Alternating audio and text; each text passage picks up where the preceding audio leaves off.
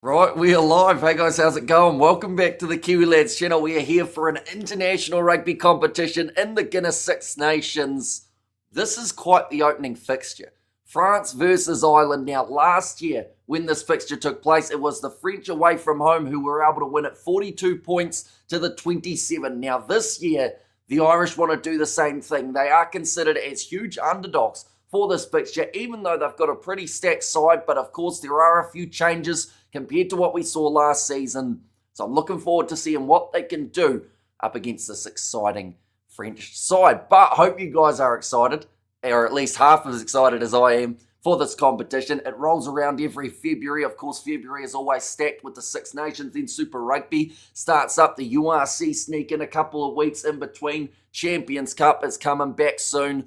So it's going to be a very exciting time throughout the next couple months. But looking through at the starting lineups, we all start with the home side, France. They have gone not hugely different from what you'd expect from a French lineup, although a few of the younger players starting to take charge of this side per se. You know, you've got a Louis Biarré, who of course will be a dangerous one to watch out for, but no Damien Penaud out on the other wing. The talking point of this French squad was the fact that Penaud missed out on Six Nations selection, but instead the youngster Theo Arasogbe, he will be slotting in as that number 14. But in the front row, it is Jean-Baptiste Grue alongside Julien Marchand and Dorian Aldiegri. So still pretty solid for the French. Of course, no Yui Antonio. That is due to that retirement and the injury that he did suffer. I believe it was only about a month ago for La Rochelle. In fact, it may have even been shorter than that. It was something to do with his neck.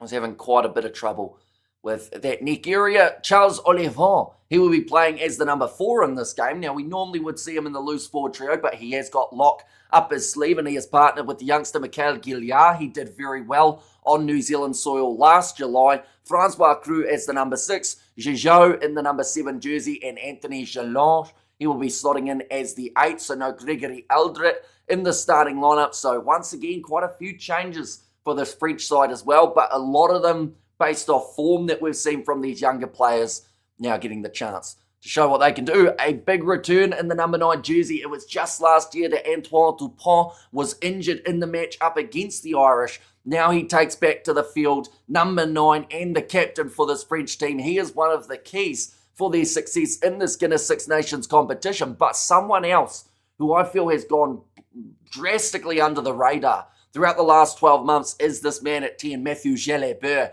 He has been absolutely carving through defences in the top 14. In the Champions Cup, he has looked like $1 million. And now he gets the chance to show what he can do at international level in that main helm jersey.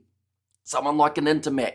Normally we are used to seeing that fly half, but Jalabert, he has bode his time. He's waited for the chance. And I think this Six Nations, he could be the best fly half in the whole competition. Looking through at the rest of the backline, like I mentioned, Biarré is out on that left wing. Mofana and Deportier make up the midfield. Arasogbe out on the right, and then the ever-dangerous Thomas Ramos as the number 15. But that is the French lineup. Ladies and gentlemen, I will read through the chat, and then we will be looking through at the Irish side as well. We've got Allure Le Bleu from Raymond there. It is great to see you. Remember me, that Glasgow fan? Come on, Scotland, says Kahu. Of course, Scotland going to be playing up against the Italians in the very near future. How much? Oh, sorry, we have got there. How your uncle? It's 9:45 a.m. Welcome on your channel, Amish. I feel sad. And we have got that from Mohadeen. So I'm not sure which uncle we're talking about again, but most of my uncles are doing all right from what I can gather. Currently 8:45 a.m. here in New Zealand. A Friday morning kickoff for the Six Nations rather than the Saturday morning. Of course, for some of you guys in the North and South Africa, this is Thursday night. Bit of an uncharted time for a game of rugby, so hopefully you are all doing well and you're all excited for this contest as it approaches. But yeah, it'll be very intriguing to see what type of performance these two sides have, and then a relatively long break before they have to play again. I believe they get about 8 days or so before their next in action for the Six Nations competition. Is it raining? I haven't seen the weather report as of yet. For us in New Zealand, we've got to wait another 15 minutes before they show any signs of the field, which is a little bit of a shame because I'd love to give you the little bit of a report. But for now, hopefully not. But you never know for this type of contest. And if it is, of course, that can heavily affect the way that the sides do end up playing. What time does the match start? The match starts in 25 minutes' time. It is a 9:10 a.m. kickoff for us here in New Zealand. So, yeah, a little bit of time, but not a massive amount, seeing as there's so much to talk about for the Six Nations. I'm about to sneeze, so I'll very quickly mute. Hay fever's kicked me in the face today, so 1 second.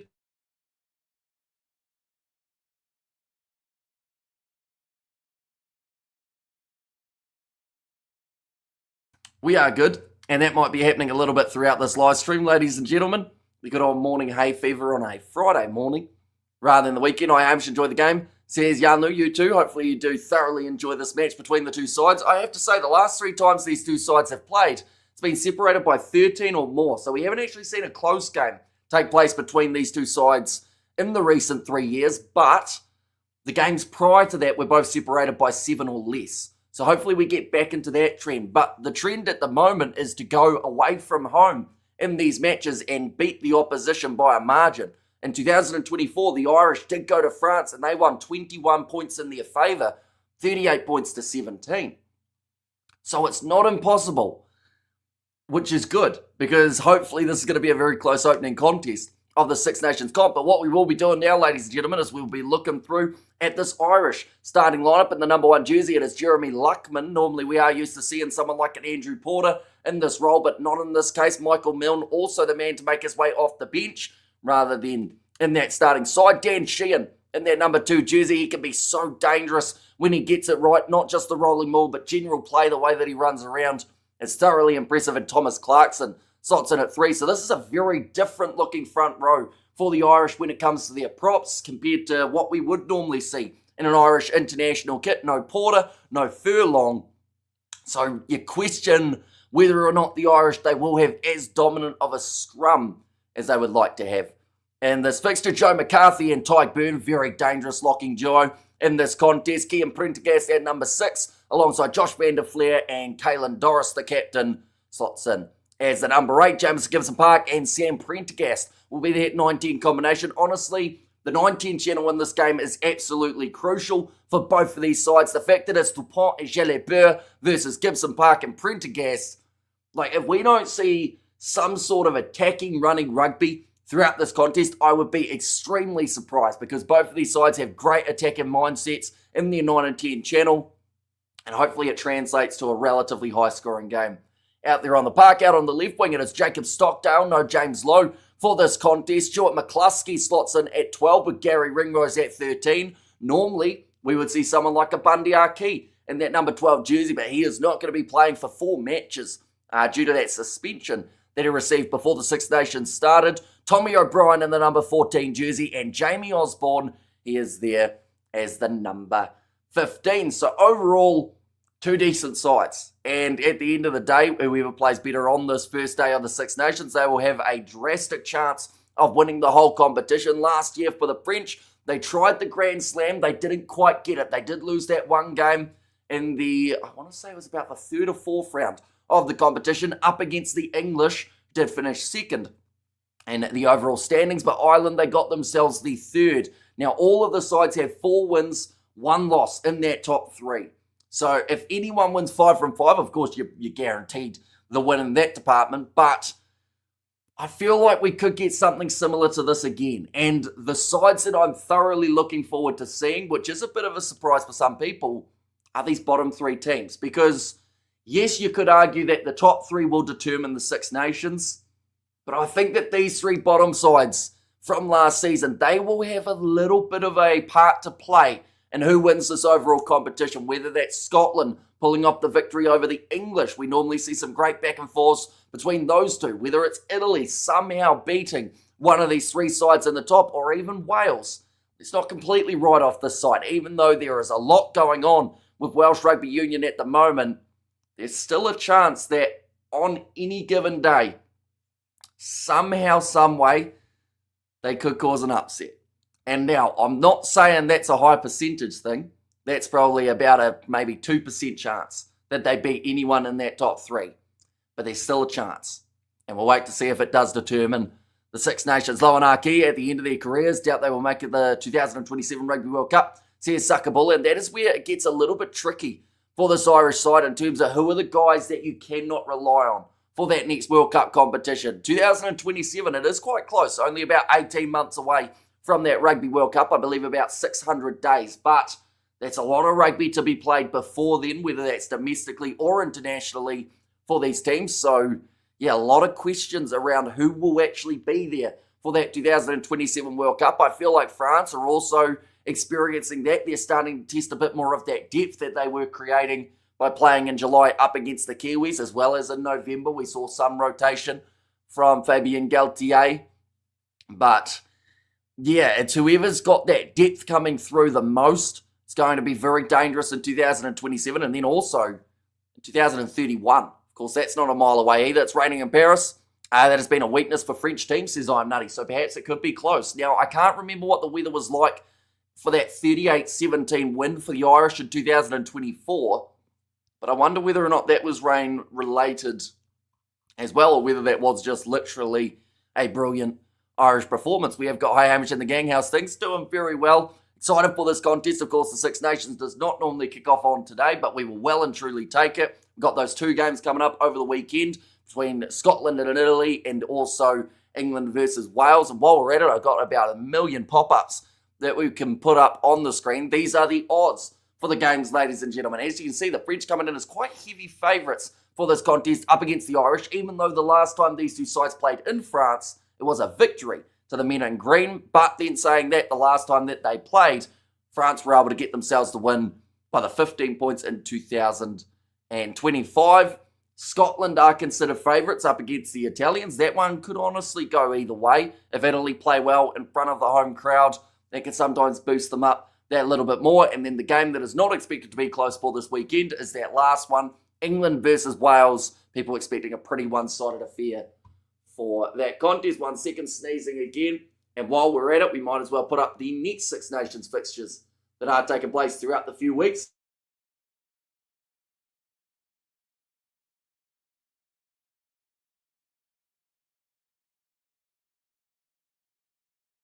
We are good. The Ireland versus Italy, that has taken place next week. As you can see, it's not actually 10 days' time from here, but I believe it's going to be about 8 or 9 days. So it is quite a long break for Ireland as well as France after this match does take place. I guess it's one bonus of being so early. She can be well and truly prepped for those next fixtures. Scotland versus England, that's always great. And the fact that it's at Murrayfield makes it that little bit more intriguing about whether or not there is an upset on the cards. Wales at the Principality. They are taking on the French.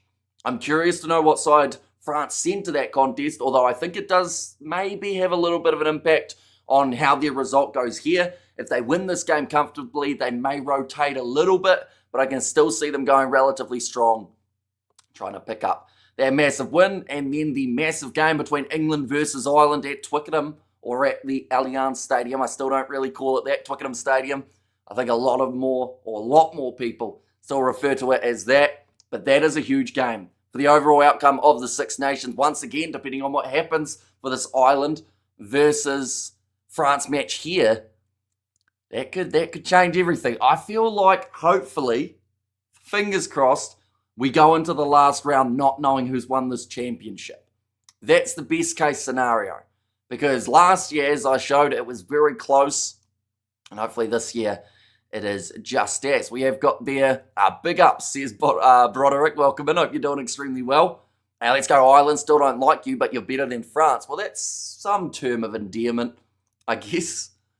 And what channel are you watching on, says One Pierre Bosch. For me, I'm watching on Sky Sport 1 here in New Zealand, although I think it's on ITV for some of the matches by the sounds of it. The only problem with that is apparently they're showing ads during scrums or before scrums, which is something a little bit different. Are you doing both on Saturday? We certainly are, alongside the Sevens. That has taken place too. The Perth Sevens coming up for this weekend. I thought you meant chat pop-ups. Says, what's up, guys? And also, where'd that go? Just turned off Irish TV of the game. Them guys don't give a snowball's chance. It's Ireland. We don't lie down for any French team, and tonight won't be any difference. Ireland to win, says Dennis. Yeah, see, don't get me wrong. Ireland coming as underdogs for this match. But I don't think it's going to be one-sided. Or at least as one-sided as people expect. Ireland won up against France the last time these two sides played in France. So straight away saying, because it's home field advantage, France will do it easy is just not quite the case. The last two games between these two sides have been won by the away team. And yes, Ireland may be missing a Tyg Furlong. They might be missing a Bundyaki, a James Lowe. But I still think they're a handy enough side that can't be completely underestimated for this contest. They had some decent results throughout last year. And I just feel like it's just different, this matchup. When the feeling's out there on the field and these two sides collide for the first time, things will change a little bit and odds go out the window, because at that stage, you're just about that 80 minutes of rugby that you're going to play, or about 120 minutes, because they seem to have a lot of stoppages in rugby nowadays. Will we see the action? Sadly not here, but there are a few free options by the sounds of it, depending on where you are in the world. Although if you are in South Africa, sadly, your only option is Super Sport, which is, I think, one of the more expensive ones around the place. We have got there my first Six Nations with the Kiwi lads. No more bland commentary for me. So yeah, it's great to have you. And I have to say, the amount of people that are here on a Thursday night / Friday morning here in New Zealand is absolutely awesome. We're early on in the Six Nations comp, of course, but we are going to be here for as many games as physically possible. I believe every single game I'm hoping to cover on the channel, including the other two of the weekends. So yeah, be sure to stick around for these matches. And anyone who hasn't already, let me know your score predictions. We're only 14 minutes away from the kickoff of this contest, so we are getting close. Starting to get that little bit of nervousness about it for these two sides, I'm sure, as they wait to play this match at the Stade de France. We have got there, to be fair, the only team to hammer both was South Africa, who obviously isn't here.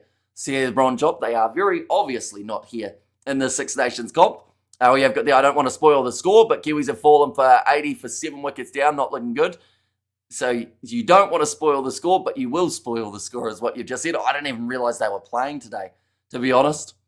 What are they playing? Test match or no, it must be a T20 warm-up, is it? Before that T20 World Cup. As it's on DSTV, can't find the game. I heard that it was on Super Sport. Or at least they were advertising it as Super Sport. So hopefully it's somewhere there. Although I will mention coverage here in New Zealand doesn't start for another 3 minutes. So maybe that's the same in Super Sport. We have got there bidding for an Antonio tribute before kickoff. Yeah, we'll wait and see, because the thing is, a lot of these Irishmen have played a lot of games up against Yui Antonio, whether that's in the Six Nations or whether that is actually in the Champions Cup and whatnot. So there might be something nice for him. Once again, I'm about to sneeze again. One second.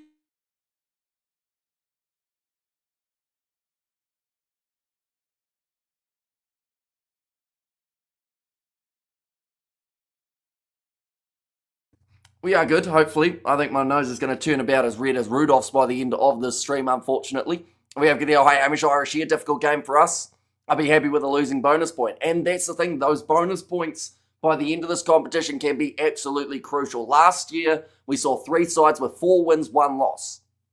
So once again, even if it's a loss for this Irish side, as long as they put in a decent effort, I think the Six Nations, it will go a long way towards whoever wins this game will have a great chance. But at the same time, I still think that the loser of this game aren't completely out of it yet, which is exciting. As long as they don't get an absolute butchering on the points differential, that's the one thing that could really hurt. So let's just say, for instance, whoever loses this game, if it lose it by about 30, that's probably too much ground to make up. But if you have a narrow loss by 7 or less, I think there's a decent chance for both of these sides still. And we need to see a few more rounds before we can really work out who's going to win this comp. And even then, I think it's going to be a bit of a lottery with some of those later games that are taking place. We have got there watching from Kenya, says Joshua. It is greatly appreciated. Of course, we're going to be covering some Kenyan Sevens next week on the channel. They will be in action. We have got there, are you angry for me?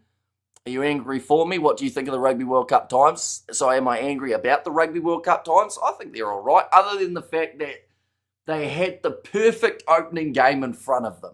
New Zealand versus Australia. The opener of the Rugby World Cup, just like it is for the Rugby League World Cup. And they decided, you know what we need? We need Australia versus Hong Kong, China. Because that's the main event.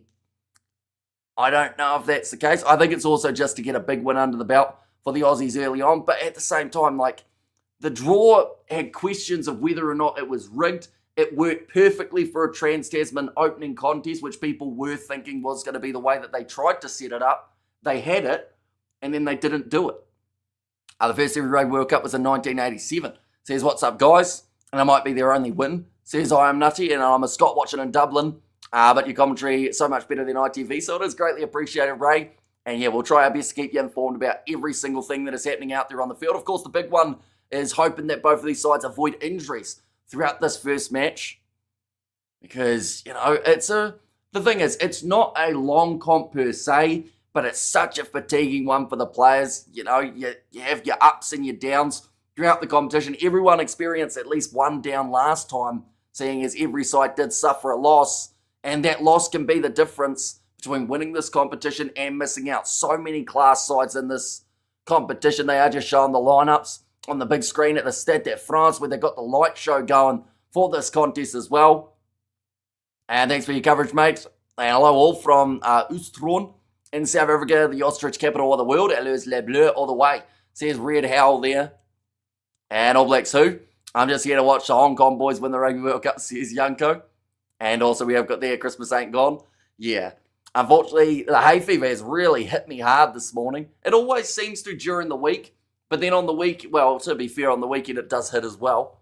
But not as much as it does during the week. Funny thing, these teams combined cannot beat the Box. Says Flash TV. Depends on where they play, to be fair. I like the confidence, though. And, of course, that is one of those ones that in 2027 we're going to see whether or not those words that we've seen throughout the last 4 years are going to back up into another World Cup for Rassi and his boys. But, the Six Nations, it's a different level. When these sides get going in this competition, which is something that no Southern Hemisphere side has ever felt because they've never been in this competition, like the Six Nations, you can just see the physicality and the level that these players step up to throughout the commentator. I'm not sleeping, I'm listening to you. Overall, I think France will be all over the Irish, says Quandile. And also, I ref the Italy-Scotland game. Oh, sorry, Ben O'Keefe is refereeing the Italian versus Scotland game, you've said. And greetings from Mexico, Hamish. Says Gavin, welcome in. But yeah, we are only moments away from the kickoff of this contest. About 8 minutes away, ladies and gentlemen, from this match getting underway. Now, looking through at the journey that both of these sides will be facing throughout the Six Nations competition. First of all, for the French, they have got their game next week up against the Welsh. Now, they have a huge gap between this match and their next contest that is taking place Monday morning. There's James Lowe holding the door for the Irish side, so it is great to see him in the environment. He was left out of the starting lineup and reserves for this contest. So some pretty handy players in his place, though. France versus Italy, that has taken place in 18 days' time, or I believe that's now 17 from when I did the graphic. Scotland at Murrayfield, and then the finishing contest that could determine the Six Nations. Definitely, if both of those sides are undefeated up till this stage, France versus England, they are considered as the two favourites for the Six Nations competition. Now, France have got the favourable draw. They play Ireland as well as England at home in this competition, so they are considered quite heavy favourites, but if there's an away win somewhere along the lines, that can completely change the outcome of the competition. For the Irish, they have got the Italians in next week's game. Then from there, England the week after. There is the bye week in between. Then they play the Welsh, and then they play Scotland to close out their Six Nations campaign. We have got there had Aussies, Kiwi, Samoans, and South Africans play in the Six Nations and the Argies. Says I am Nutty. And there as well, and we have got there Ireland to win it at the end, maybe by 2. Says Michael. And we have got there, it's just announced that Virgin Media will be showing the Nations Rugby Championship on free-to-air TV, says Holry. And also, have you ever thought about streaming on YouTube and podcasting on Spotify? I'm not really a podcast guy in terms of a podcast myself, just because I run out of things to talk about very quickly when it comes to just a podcast sense, which is why, like you guys in the live chat, honestly, if you guys weren't here, I'd probably run out of words within about 2 minutes. So, thanks for that. Of course, we have got the hi guys, says Gareth. Why the world so early by me, says Mahadin. Isn't it late night in South Africa? Isn't it like 10:05 p.m. or something like that for you, Mahadin, at the moment? Good evening, Hamish. Trust you are well. I'm doing very well, Philip. Very excited for this contest. They are showing Matthew Jalabert. I made a bold statement during the French lineup at the start of this live stream. I said he's going to be the 10 of the competition. Now, I will also mention it is raining at the Stade de France, which means we're probably going to experience a few drop balls, which means that people who are watching on ITV are going to experience plenty of ads because they are going to be running them when the scrums take place. We have good day. How are you doing this morning?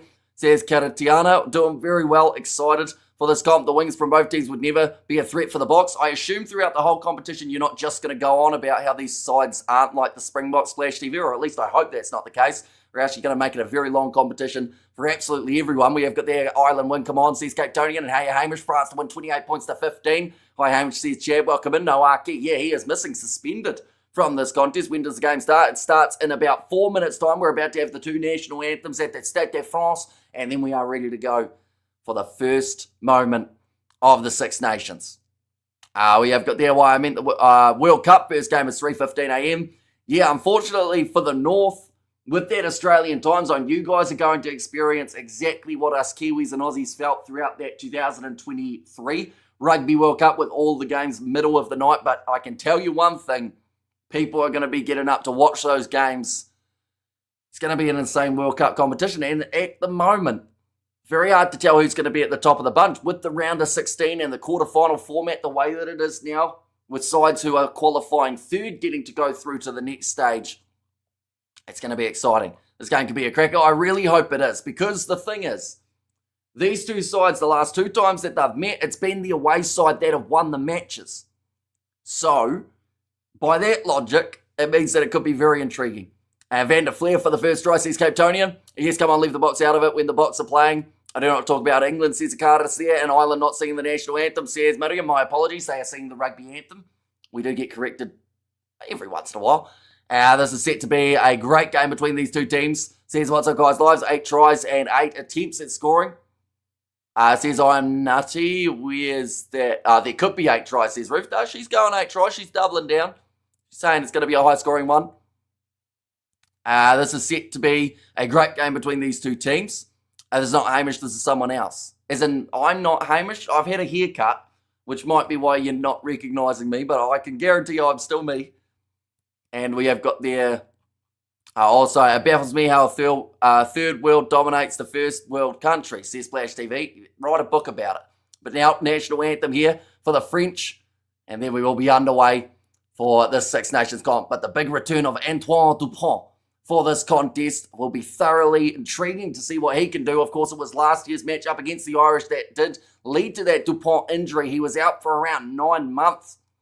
So, yeah, I'll definitely want to be back and raring to go and have a big competition. Let's be honest, Louis Bielbiaré first try. He's got a very high chance of being able to score in this contest.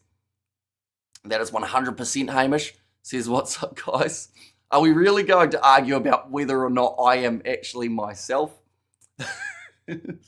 But let me know your score predictions for this contest, ladies and gentlemen. Now, the French have decided to go a cappella for their national anthem, and the crowd are singing it proud.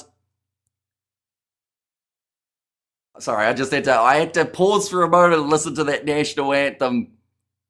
These two sides are ready to go. Ladies and gentlemen, how's the weather in Paris now? Sadly, it is raining for this contest, but that's not exactly a bad thing. It will be intriguing to see how that affects the way that both of these sides plays, but they are just showing the starting lineups. Once again, we will do the same. In the front row for the French, it is Jean-Baptiste Cruz, Julio Marchand, and then Dorian Eldehegri in that number 3. Jersey, Charles Olivon playing lock for this game alongside the youngster Mikel Gilliard, who had a great few matches up against the Kiwis last July. Francois Cruz, Oscar Joujou, and then Anthony Gelange in that number 8. Jersey, Antoine Dupont alongside Matthew Jalabert. They will be an extremely dangerous 9 and 10 combination. Louis Bielbiaré in that number 11 jersey. Mofana and Deportier in the midfield. Arasogby and Ramos make up the rest of the French backs. In terms of the Irish, it is Jeremy Luckman, Dan Sheehan, and Thomas Clarkson in the front row. So differences compared to what we would normally see in an Irish front row. Joe McCarthy and Ty Byrne in the locks, with Cian Prendergast,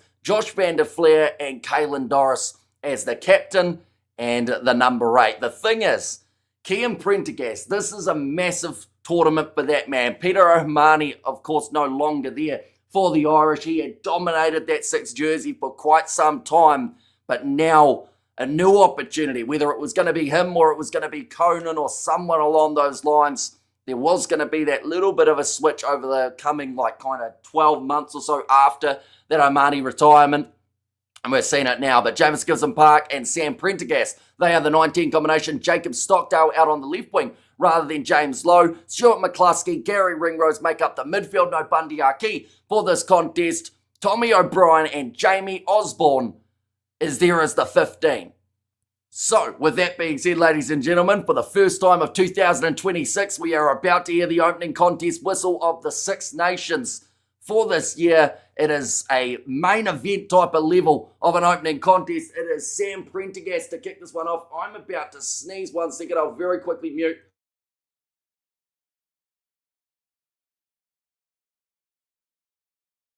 We are good to go. And so are the Irish, and they kick this ball off for the Six Nations in 2026. Nicely taken by the youngster, Mikel Gilliard, as he's tackled by Byrne. And already we're going to see the first touch for Antoine Dupont in this matchup. Man, it was waited a long time to come back up against the Irish after that injury. He's going head-to-head with Jamison Gibson Park. Sorry, I'm just a bot fan. Says Splash TV. How long before the game starts? It has just got underway. Ireland with the upset, says Barney. The last time that they played in France up against the French, they were victorious. So it could happen. They are considered as big underdogs for this contest. Dan Sheehan ready to throw on the first line out after that clearing kick from Antoine Dupont on the halfway line now for Ireland. And Sam Prendergast popping the ball up to Dan Sheehan. In fact, no, sorry, it was McCluskey. Caught the glance of a 2. And then there's about 3 different men to get on top of him in the breakdown. Kicked in behind from Jamison Gibson Park. Going up for the ball was Louis Bielbiaré alongside Tommy O'Brien, who looked like he got the better of it for half a second, but the ball has come down on the side of France. Dupont passes across to Gilliard, just outside of the 22 here for the French. I'm watching the Athens Island boys look like, they ain't got a chance, says Richard. And also we have got there, why don't South Africa play in the Six Nations? Because they're not a part of the competition. They are in the Rugby Championship, but Antoine Dupont, after claiming that kick, goes across to Thomas Ramos. Bit of open space on the outside here. Some big, powerful running from Mofana. Offloads to Ramos. Bielbiaré kicks it on the inside. Chasing after it. He is so dangerous. And he waits for the bounce of the ball. It's instead Charles Oliphant who looked to clean it up, but he has knocked it on just out from the goal line. But a great start to the match for France. A good attacking play. Gaining a lot of metres in a hurry. It was slapped back by, I believe that would have been Francois Creux.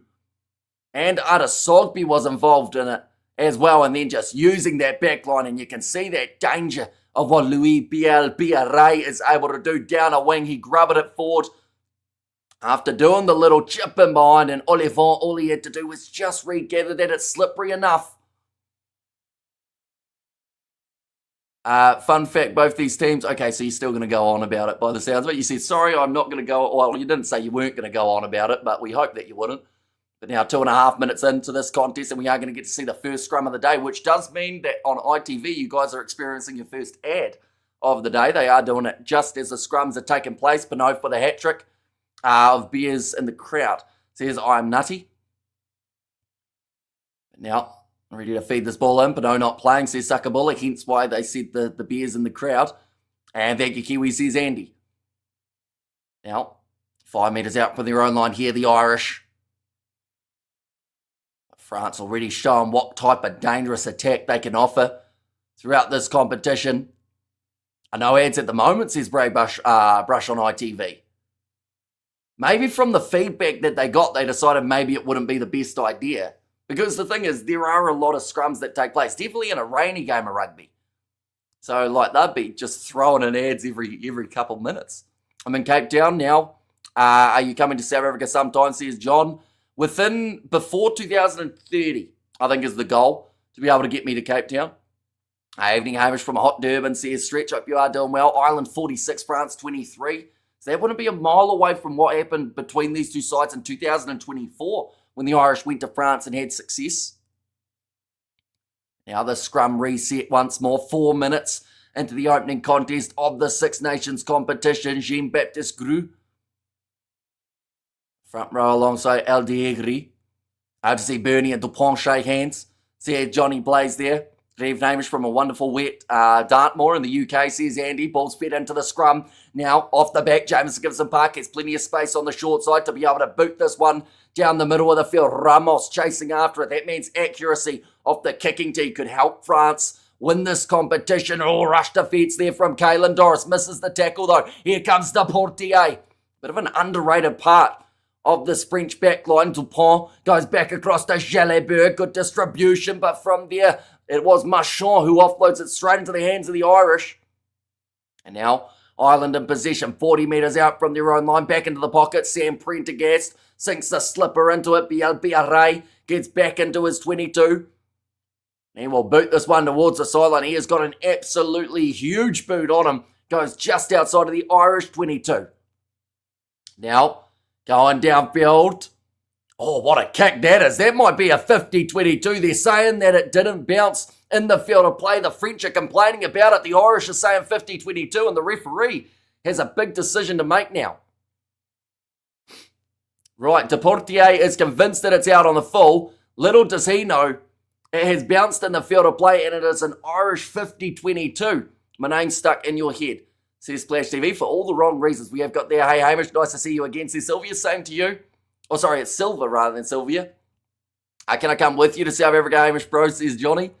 Maybe that's the way to be able to do it. You can be my man who's, well, are you good with maps? Because I'll get lost within like a day. What a great thing to do on Thursday, hang out with Hamish in the live chat, says Scott. And it is absolutely awesome to have you knock on there from Ireland after the line-out was successful. Just a little fumble with the ball from Gary Ringrose in the middle of the field. Results in the scrum feed for the French.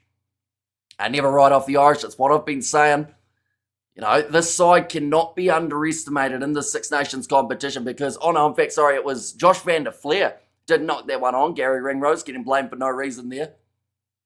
But yeah, like, away from home, these two sides, in the last two times that they have met, it's the away side, the underdog side, that have won these matches. So, yeah, I feel like, yes, home field advantage should be huge in this comp, but I don't think it's as big as some people think when you see what's happened with these two sides the last couple of meetings. Is it raining a lot? There's a little bit of rain. I don't think it's absolutely pouring down, but it's certainly wet enough to just annoy the players by the looks of it. 7 minutes into the contest at the moment, and the scores are still level, 0-0 between these two sides.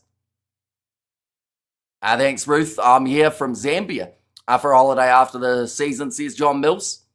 And so it is, says Andy. And there as well. And anyone who is new to the channel, of course, be sure to hit that subscribe button. We have got plenty more of the Six Nations coming up in the very near future.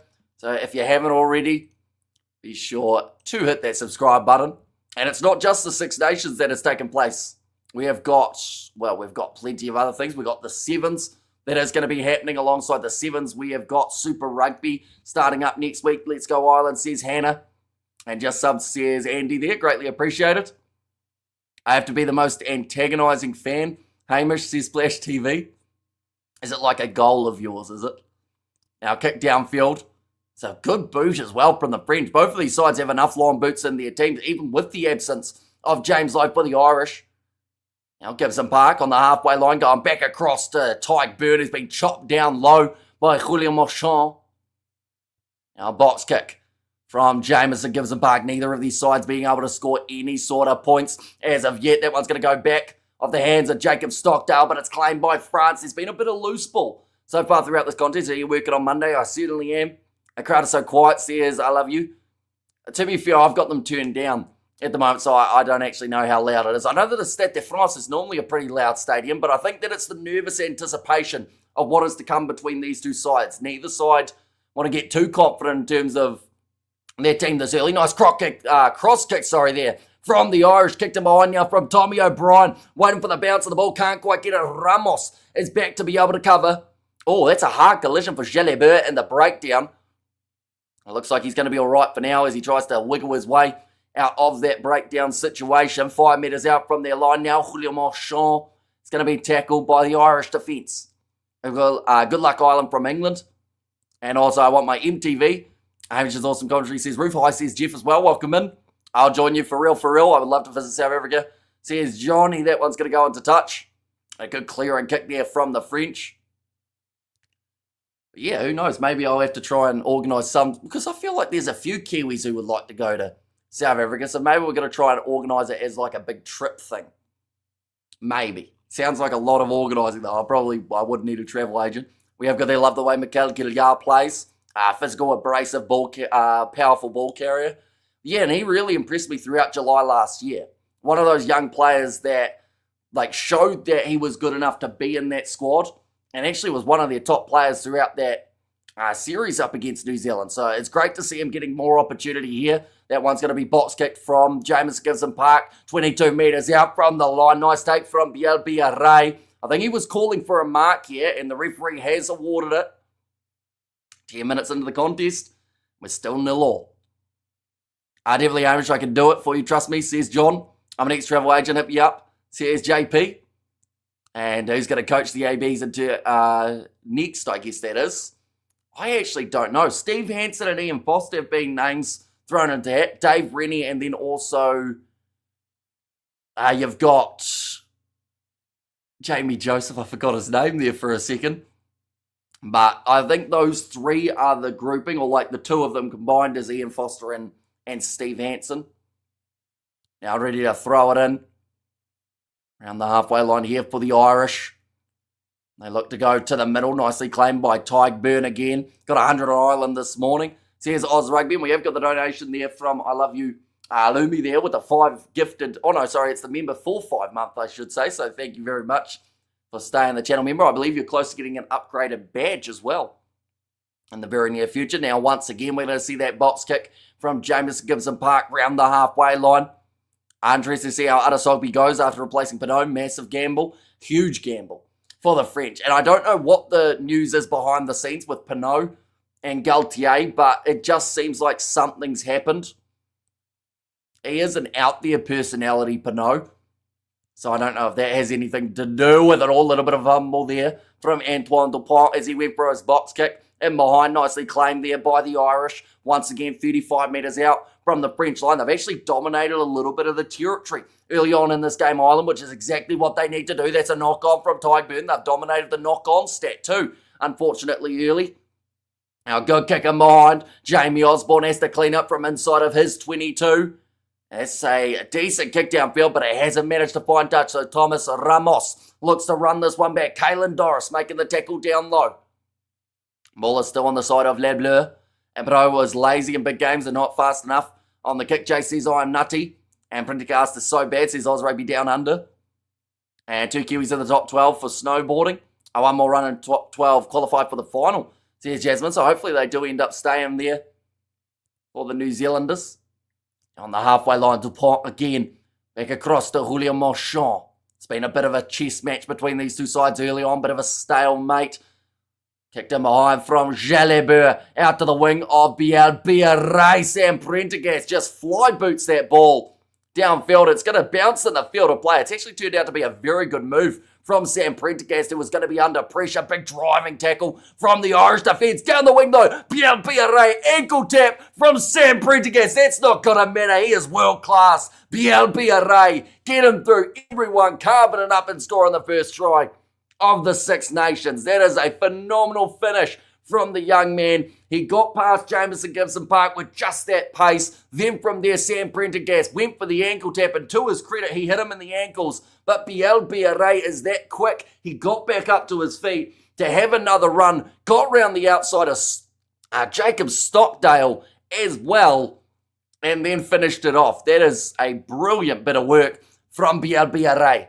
We're going to see it here. So too much pace for Gibson Park. Ankle tap from Prendergast. To his credit, got through him.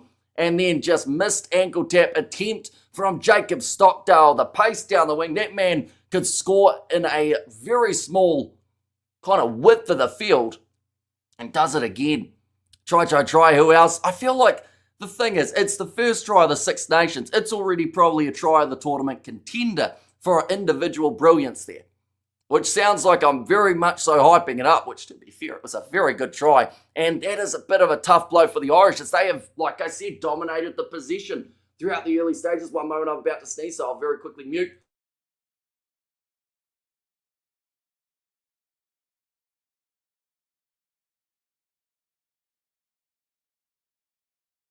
We are good, but Bielbiaré is better. A nice try, Galtier. I was talking about Pinot's defence under the high ball. And Le Bleu is a bleu. And Le Bleu says, Andy there, and so it starts. Yeah, that's a great try. Possession so far. They actually have 57% possession for the French, although territory, I believe, was the one that the Irish have really been able to get in their favour. Didn't Bielbiaré need to release it, as was on the ground, says Hanoi, only if he was held in the tackle, which because it was an ankle tap from Prendergast, he wasn't held and is able to get back up. But yeah, had Prendergast made a tackle instead of the ankle tap, then he would have had to get up and release it and then go again. The penalty awarded to the French in the breakdown. And that is going to be for no clear release. And now this will give them a chance of going for the posts here if they do want it, or they can get for the corner, start chasing another bonus point, just like we've seen a lot of the French top 14 sides doing, and that is exactly what the French are going to do. Kicking this one for the corner. Going to see the tackle made there on Jamie Osborne, and then just a lot of pressure on him. In fact, it was O'Brien who was getting stomped all over as the French got in that breakdown and managed to win the penalty there, Gigot.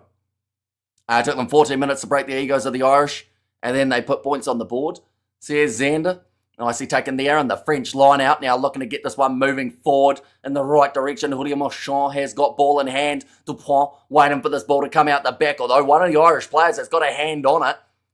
Couldn't quite keep it in there, though. Mo Farner running sideways, does straight in with his run, straight into Prendergast. Hamish, how come you aren't in your formal wear when broadcasting Six Nations games? Says Victor, it's because it's quite warm here today. Normally I'm in a hoodie, but I'm only in the shirt as well and sweating profusely. So that's the main reason, just because I didn't want to be drenched in my own sweat. Sounds a bit gross, but is the literal reason. You need 2-try lead to be smug. Says, I'm not even clear for pass. Ref should have checked it. Put the kick on hold. Says, Scott now backline movement here again for the French. Deportier tries to bump off Gibson Park. Is eventually wrestled down. Now Ramos inside border. Dupont puts in the fend on Van der Flair. Is your channel being produced by ITV? The split screen in-game ads. Oh, did we actually get an ad on the channel? I think you can blame YouTube for that. They just randomly set them up. Oh, ball stolen in the breakdown, or at least it looked that way, but there was a knock-on from Ireland first. How come you pronounce these French names fluently? It's only because I've had a little bit of practice with these guys who are there. If it was like new French players, I sound like I have no idea where France is or how to speak French. But because of these guys that, like, luckily we've seen them play a few times, so you start to get the hang of it. And also you guys have corrected me many times on my terrible French pronunciations. So we're slowly going in the right direction, I think. Should have been, I had a pint of Guinness and a baguette on both teams, says Big Rig. It's summertime. Give him a break, says I love you, Lumi. How's the cricket going, Hamish? Is the season over now? Not quite. So season's still going, but because of Super Rugby and also the sevens and whatnot, it means that I've had a few weeks off cricket. The team's not going the best, but I am still coaching the juniors, and we had our first win of the new division. We got promoted last year after winning, so they're going very well at the moment. And yeah, we've got the weekend off as well because of the long weekend here in New Zealand. Sorry all, but as a Safa, says Red Owl. I feel like you cut yourself off, so I'm curious to see what the next thing is going to be here. Ireland always starts slow, what a joke, says Jason. Although to their credit, they've actually gone quite well in terms of they kept France inside of their own 22 for a good, or inside of their own half, probably for a good 10 minutes at the start of this game, but just couldn't quite turn it into points. There were a couple handling errors there from the Irish, but they are not out of this game whatsoever at this stage of the match. We are just dealing with a scrum here, 22 metres out from the line. France have got the feed. A pretty good position on the field once more. Where is my favourite player going to be this season? Dalton Papali'i, I think is he still with the Blues or has he gone somewhere else? A public holiday in New Zealand, what for, Hamish? So it is for Waitangi Day. Is why Friday here in New Zealand we've all got it off. Or most people do anyway. Give us your most unpopular rugby opinion in international rugby. So here's Oz Rugby Down Under. Most unpopular. Ooh. I'll have a think about it. I feel like I've got a few that people would be like, nah, you're wrong. Oh, Jalibert trying to recycle that ball. Gibson Park kicks it on the ground. That's actually illegal. But it's going to be play on by the looks of it. The ball is in the hands of the French Gigot. He's wrestled into touch. Oh no, France try and take that line out quickly. And the referee says no. Getting some popcorn at the moment, says Eric. What's an unpopular rugby opinion in international rugby? Unpopular.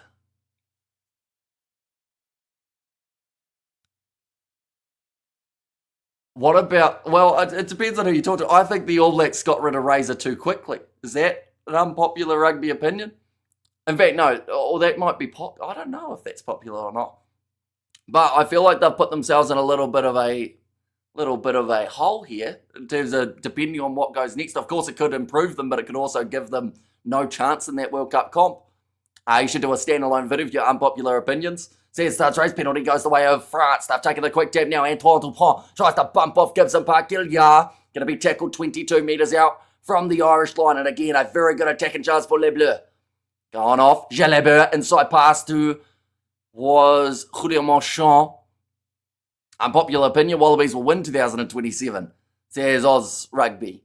To be fair, they're getting in a few decent players in terms of, like, they should have a decent team by that stage. It's just whether or not they can.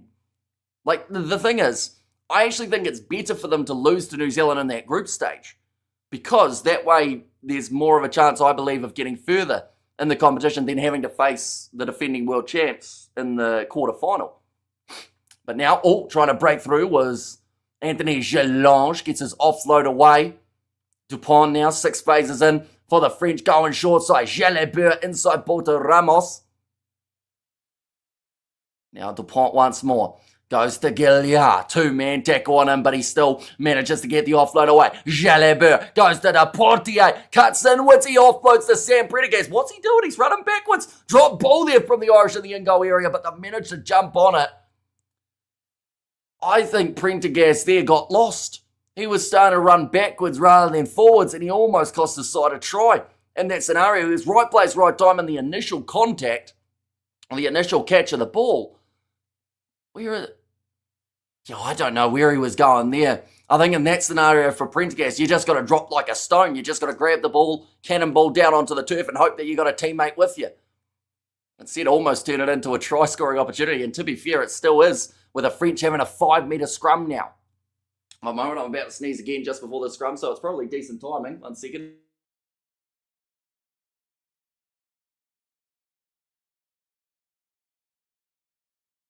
Now, I would like to say that the hay fever should disappear soon, but I've had it all throughout the last couple months. I've been taking hay fever tablets, and it isn't working.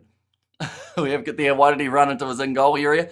Yeah, he was 10 metres out from his line, and I get momentum, right? But that seemed like momentum plus some. I feel like maybe he thought he had more space around Adasobi. A little knock on from Dupont on the ground. Jalabert goes over and scores. They may just check to make sure Dupont has not knocked this ball on in the breakdown, but if he hasn't, Jalabert has cut through this French defence. That looked like Ramos was giving the thumbs up to the ball boy to say, get it over here. Was that a knock-on from Dupont? It looked like there was a little bit of a fumble with the ball maybe at the back, or maybe I'm just seeing things. But one thing that I saw was the absolutely huge gap that was opened up. That's a knock-on from Antoine Dupont. At the back of the scrum, that was a clear knock-on. Are they going to check it? Or are they going to just award this try? Ramos is about to kick it. Once again, absolutely blatant knock-on. No denying that. That second angle showed it. 8 seconds remaining of the Thomas Ramos shot clock here.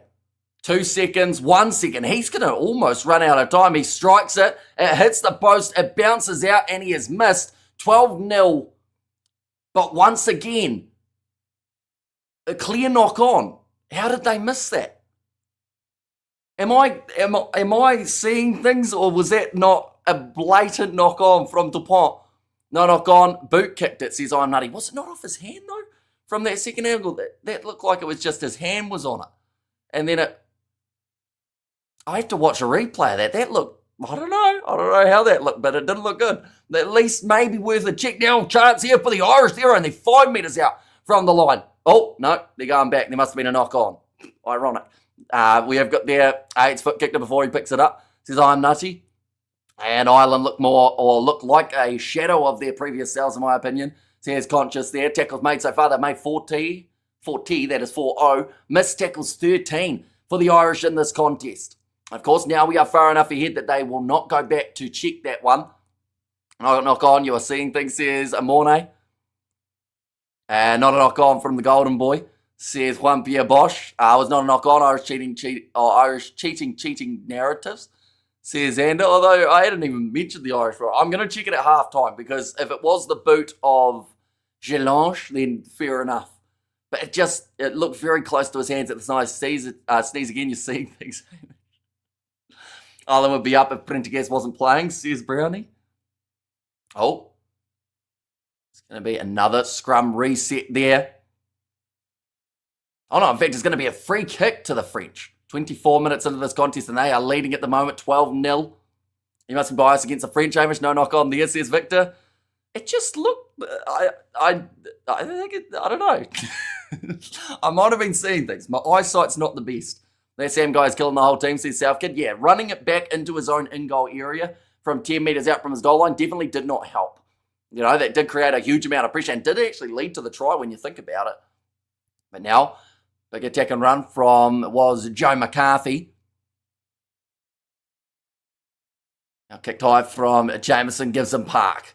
Down to the halfway line, knock on again from the Irish. Their hands are letting them down at the moment. Chalabur tries to cut through. Jameson gives him Park. That looks like a steal here for the Irish. Yes, it is. Ty Byrne has got in there and ripped it away for his Irish side. If they want to win this game, they have to be the next team to score. Another knock on from Jeremy Luckman. As the luck seems to be running out for this Irish side when it comes to handling. Now Ramos sitting 25 metres out from the line, close to the steal for Ireland, but told to get out of it by the referee. Now going back across to the right. What part of France is the referee from? England. Now Dupont goes to Gilliard. Another good attacking position on the field for the French at the Stade de France. And it's you, a knock on, it's you. Now Dupont off to Deportier, who bumps off Jameson Gibson Park. Hey, it's a knock on fever. Says Hughes, and now offload again, still inside of the 20 metres for the French. Dupont goes to Ramos. Jalabert has dropped it, but that one's gone backwards, says Carl Dixon, so it will be play on. Gibson Park bulldoze. Yeah, he did go rolling backwards, didn't he? The Irish halfback now 8 phases in a row. Antoine Dupont tries to get round the side before he's tackled by Byrne. Mofana. Here's another go. Gilliard. Oh, that was slightly side entry from Joe McCarthy and a mile too early. English refs love the French and screw the Irish. Says Jason. Now this ball's going back again. Antoine Dupont thought about going cross-field kick, and they'll go back for the penalty. Favour of France. This is a kickable 3. Ramos, he has missed one off the tee, which we aren't really used to seeing, but at the same time, I feel like with the way that France have been attacking, they more than likely will look to be aggressive here and go again. Referee just doing a bit of finger pointing there to the Irish and go for the corner. Oh no, they've gone for the post. Oh, that was interesting there. Thomas Ramos called for the post and then was signalling to his team, go back to halfway, as if they were possibly, I think they all expected them to go for the other option, which was kick for the corner and look to be aggressive. Ireland falling behind here, says Sakabola. A 3, Scotland might end up 3rd, says Conscious. And France looking more healthy with Dupont back, says Big Rig. And also, once again, I think that Jalabert is one of the hidden, well, not even the hidden gem, but just the player who is going to be the best 10 of the whole competition. Based off what we've seen throughout his Bordeaux most recent season of the top 14, as well as in the Champions Cup. Like, that man is going to be very hard to deal with. You know? He had scored himself one. That kick has gone over from Thomas Ramos. We have got there, these Irish are no match for the mighty Le Bleu, says Victor. Ramos is a great kicker, says Sakabola. Our Sam Prendergast playing so far, sounds like he's having an off day. The best thing he has done so far was an ankle tap, but then from there the guy still got up and scored. So it's a bit of a tricky one for Sam Prendergast at the moment. He hasn't quite found his rhythm. If you sneeze a try as close as Quandele. And also, he said 60-0, Ireland need to get far more accurate fast. Yeah, it's just been the knock-ons that have hurt them big time. We got Brownie as a new member of the channel. Is that Xavier Brownie? Or Xavier Brown, or is that someone else maybe? Because I do see that Melbourne Rebels kit. Now Ramos kicking this one downfield. I'm about to sneeze again 1 second, ladies and gents. This time I will mute.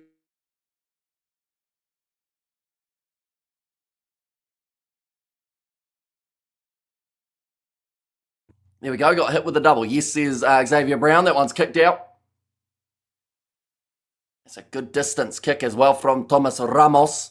Now forcing the Irish back into their own half. Metres made so far. We've seen 202 metres made by the French, 50 metres made by Ireland. So France almost have more post-contact metres than Ireland have metres made in general. Actually knocked it on again, or did he? Says I'm nutty. Now, another throw here. It's time from Dan Sheehan. Nicely taken by Tyburn off to the left-hand side. Caelan Doris getting tipped up by Julien Marchand. And had to drop more the Leinster contingent. Says James.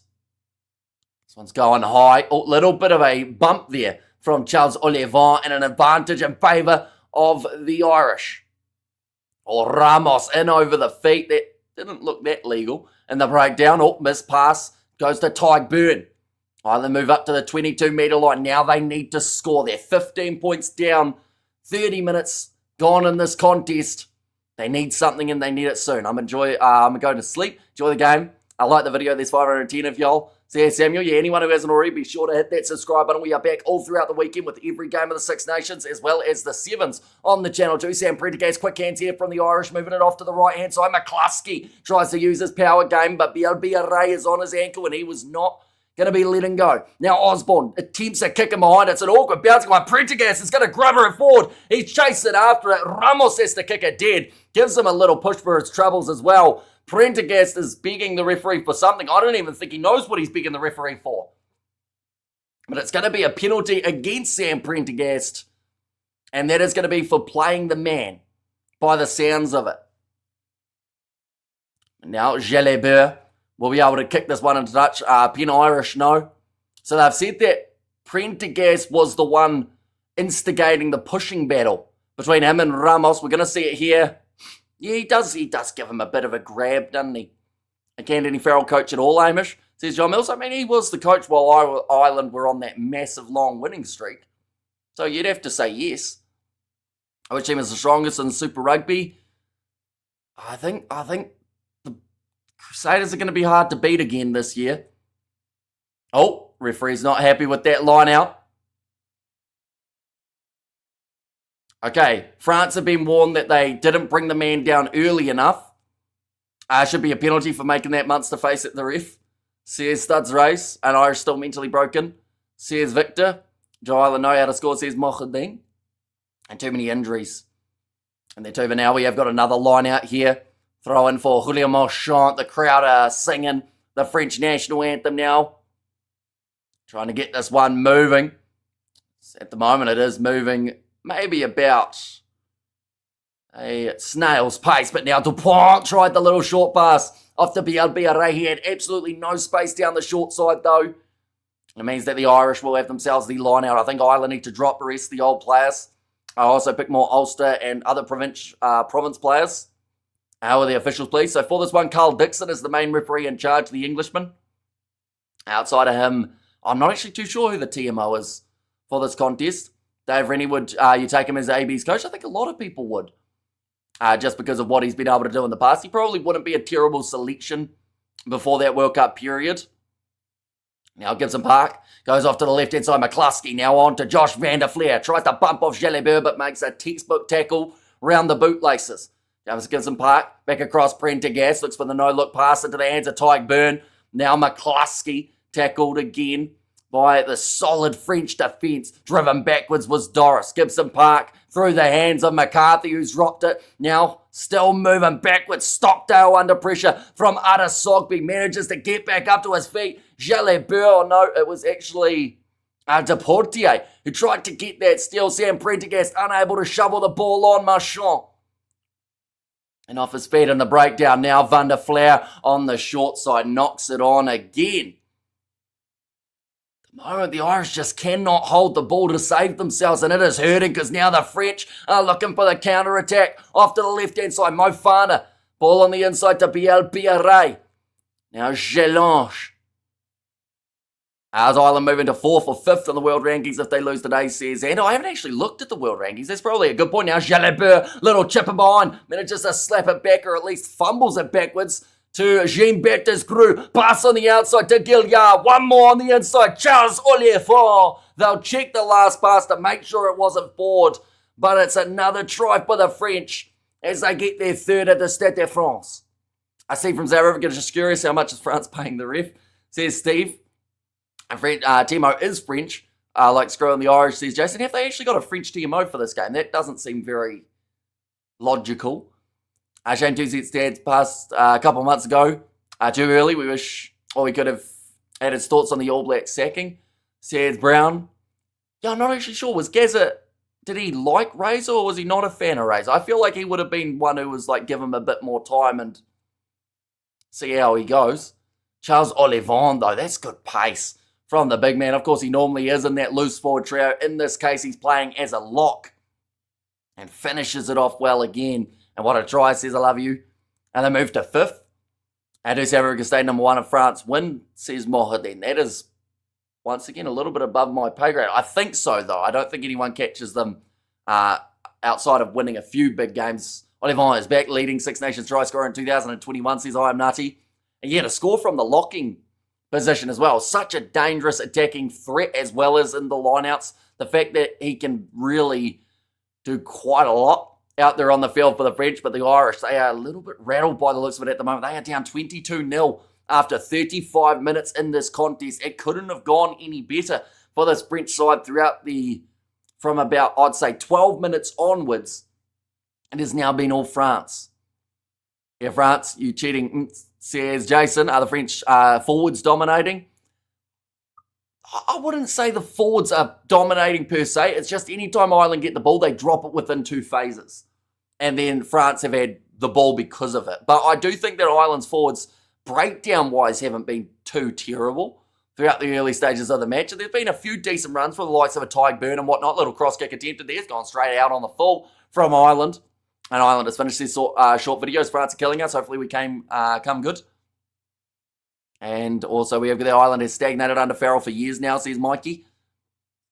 Yeah, and some did call the selections for this Six Nations competition a little bit lackluster in terms of the players that were selected rather than going fully developmental. It was the old guys, or not old guys, but like the experienced veterans who did stay in the mix.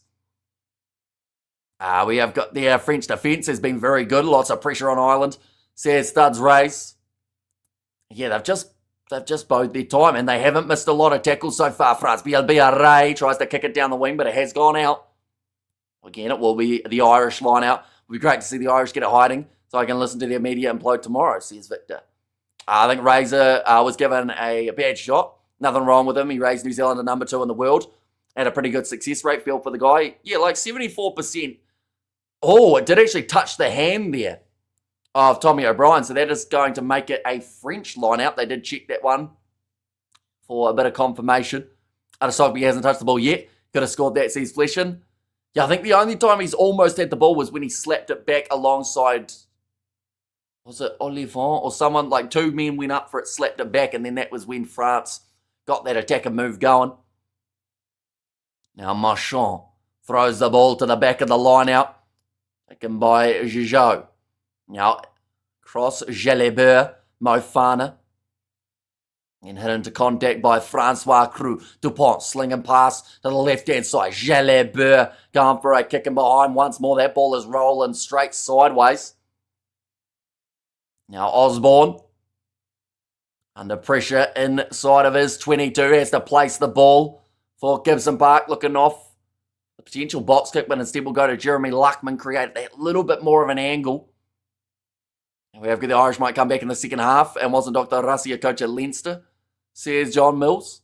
Oh dear, so much for this game being close. Says Big Rig. Although all I'm going to say, and once again, I have to apologise to anyone who is Scottish who is watching, Scotland versus Argentina.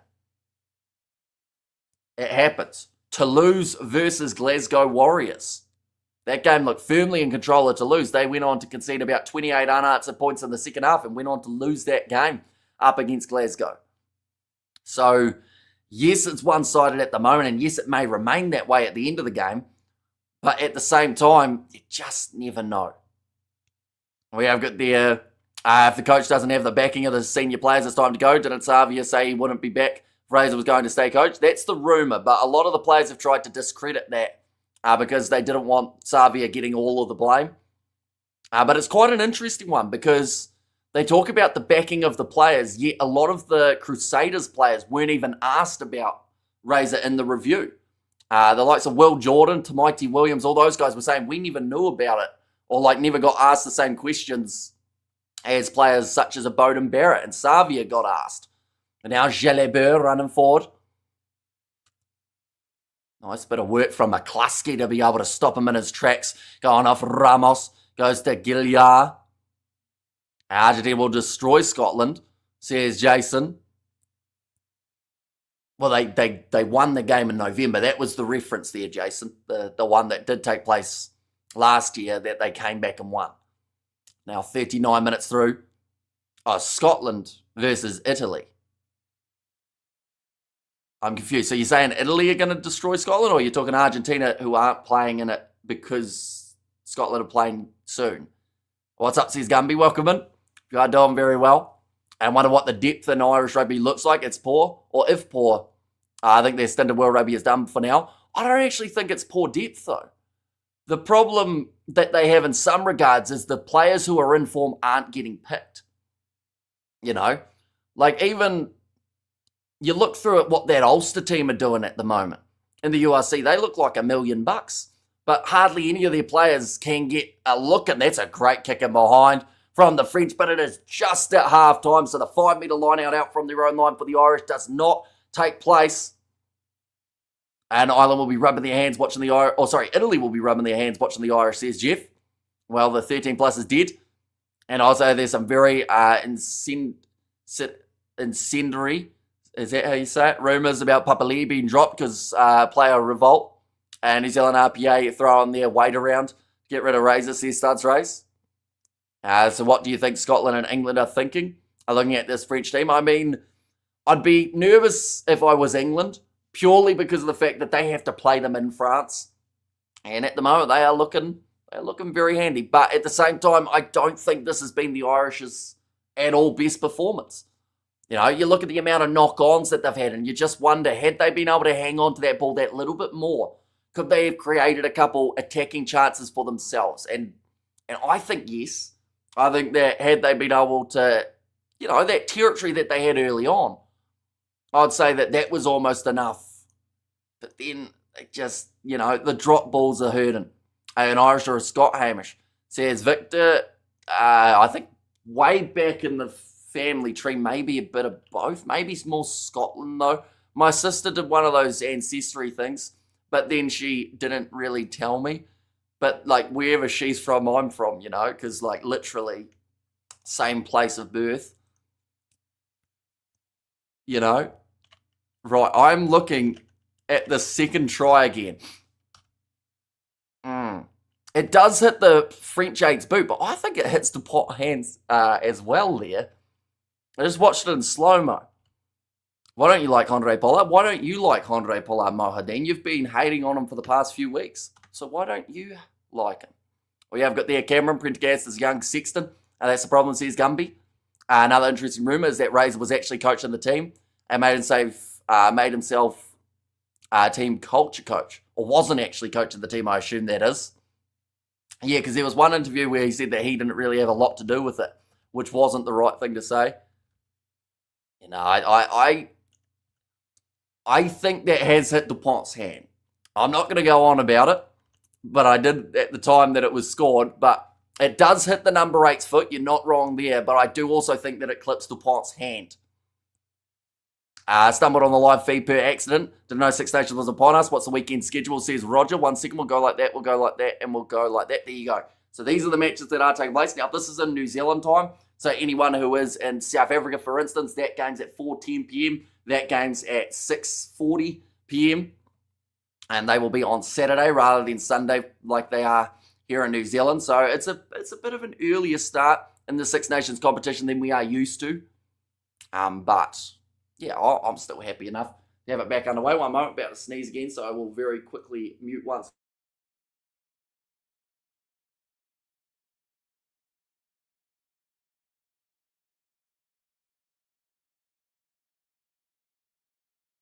We are good. But yeah, some pretty one-sided games in terms of odds for this round. Definitely that England versus Wales game. That is supposed to be not really close at all. $13 underdogs, ouch. And I Hamish is at 8 Lions plus Lions coaching shambles, says user. And how many tries has French scored? Just tuned in, so they have got 3. So I believe one more will give them the bonus point in this competition. And we have you can't perform when you have fly half, can't tackle, and can't take the biggest step up. Says Shane. I was warming up some excuses for Ireland, says Big Rig. And also Razor was spotted on a flight to New Zealand from Oz last week. He was. Because my cousins, to New Zealand from Oz. Yeah, my cousins were on his same flight. They were only sitting a couple rows behind him. And they said that he didn't look like he was that happy. Like, not so much like angry, but he just looked sad. And they said that people kept on coming up to him going, oh, you didn't do too bad of a role as All Blacks coach. So, like, he had to sit through a whole flight where people just kept on coming up to him going, hey, just to remind you, you got sacked. Give him a thumbs up. I didn't see this coming. I thought on the Irish, I would have at least one try and carried them to quarterfinal losses, says Gumby. And Loving It says Straight Shooter. And there as well, yeah, anyone who is new to the channel, be sure to hit that subscribe button. We have currently got 550 people watching, which is absolutely incredible. And still got plenty more coming up for the second half, as well as the rest of the round of the Six Nations. Alongside that, we've got the Sevens taking place this weekend. And much more. Are you under the weather? Just hay fever, unfortunately. It's been hitting me very hard today. A little bit harder than it hit me yesterday and the day before, but on Tuesday, it must have been Monday, I was a sneezing mess. Make them win the World Cup. Razor wants a challenge. Should take Wales. Says Big Rig. I really hope New Zealand come back to top form. As a South African, I love the rivalry. Ireland needs to get back to winning form. Says Steve. Razor was here interviewing for Ingleburn under 9s rugby team. Says Sock. Ireland nothing about James Lowe, says Straight. And I'm welcome on your channel, Hamish. If you don't like me, tell me, says Mohadeen. I do think you like to write some narratives, Mohadeen. I never said I didn't like you. You said you didn't like Andre Pollard. You said that I didn't like Andre Pollard, even though that's not true. Condescending comments are worse than being told you were bad. Yeah, the ones who go, you weren't actually that bad. Meaning you were still bad, but not that bad. But yeah, I think he would have been sick of it by the time he finished the flight. But yeah, they just said he looked like he was just gutted. Which I think, to be fair, does seem like the case from anything or any interview that you've seen. Like, that All Blacks job was the one that he really wanted and was his dream coaching role. And he just, he had it for a bit and then just gone. The ref is in blue, says Kieran. And also, I read that one. Ireland is a horribly overrated team, says Sven. I think people being a bit harsh on them at the moment. Like, don't get me wrong, they've looked a little bit rough here. But the knock-ons, I think, have been the absolutely brutal part of this game. And you could argue, well, France aren't knocking it on. And yes, they aren't. But I don't know. If you take the handling errors out of Ireland here, they're not doing awful in a way. Their tackling maybe needs a bit of work. They're showing a few signs of rust, but, I don't know. I feel like outside of those 10 knock-ons that they had in the first half, they could have been closer. Now they've engineered the lineup match-wise, says Jennifer Will. They've engineered the lineup match-wise. No, they've injured. That's very fancy. Engineered the line. That's gone. Imagine having Wales versus England at the start. Oh, yeah, sorry. Yeah, that makes more sense. I was trying to think, like, I had the lineups next to me on both sides, and I was going, engineered the line. And I was, never happened before as a Wales versus England start. Yeah, although the ironic thing is they probably didn't want it to be a one-sided opener, but they are getting one of those at the moment. Injuries throughout the squad, Ireland, says DJ. Razor Kiwis beat the box. And Ireland building for the next World Cup, says Jeff. Irish TV blaming O'Brien for the try. Say nothing about Prendergast, says South Kid. O'Brien. Which try was O'Brien responsible for?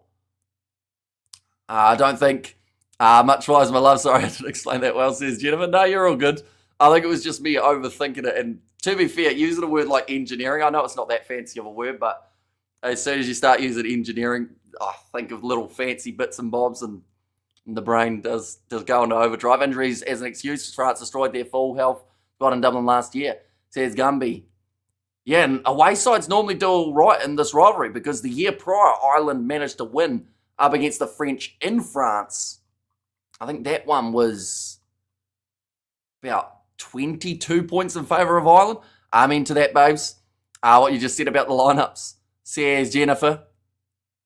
I don't think I've been called babes ever in my life. Normally, I get called swear words, or a majority of them in different languages as well. I will mention I've been called every Afrikaans swear word under the sun. That is for sure. So many Kiwis with Irish passports, says Blue Normad. And how's the Pomp performed so far? He's done well in this contest. He's been all right overall. Like, he hasn't done too much wrong, other than what I thought was a knock-on. I'm still sticking with the fact that I thought there was a knock-on for the second try. It came off the French number 8's boot, but then I think his hand did touch a careful Jennifer. You make Hamish blush. I think I have turned red, haven't I? I think I'm actually part chameleon, and my face changes colour very easily. No, don't explain you're straight. But don't you think it's mad? One starts on Thursday and 2 England and Wales happen first. Because usually they cash in on the rivalry, says Jennifer. And do you think that's maybe because of where Wales sit at the moment? The fact that they've, I don't know. It's a rough one. But I actually hope Wales, I've said it from the start, I hope they get one win along the way in the Six Nations competition. Which stadium is behind you, Hamish? It is the Stade de France. Bundy banned for tearing into the refs. Refs bend, absolute travesty, says Johnny. And we have there, can you do some commentary in Zulu for our South African supporters? I don't think I know a single word of Zulu, unfortunately, other than the swear words. I know a little bit of Afrikaans, like Yao Likading and Baya Donkey and whatnot, but other than that, I'm pretty much stumped. Although, we have got a young player who just joined our cricket team, and he is South African. And I could actually pronounce his name because of doing the live stream, so that's quite nice, because a lot of people mispronounce it. But that's one slight bonus. Is it still raining in Paris? Bloody pissing down here. Not too much rain overall. Your chameleon with your pronunciation of world players, says DJ.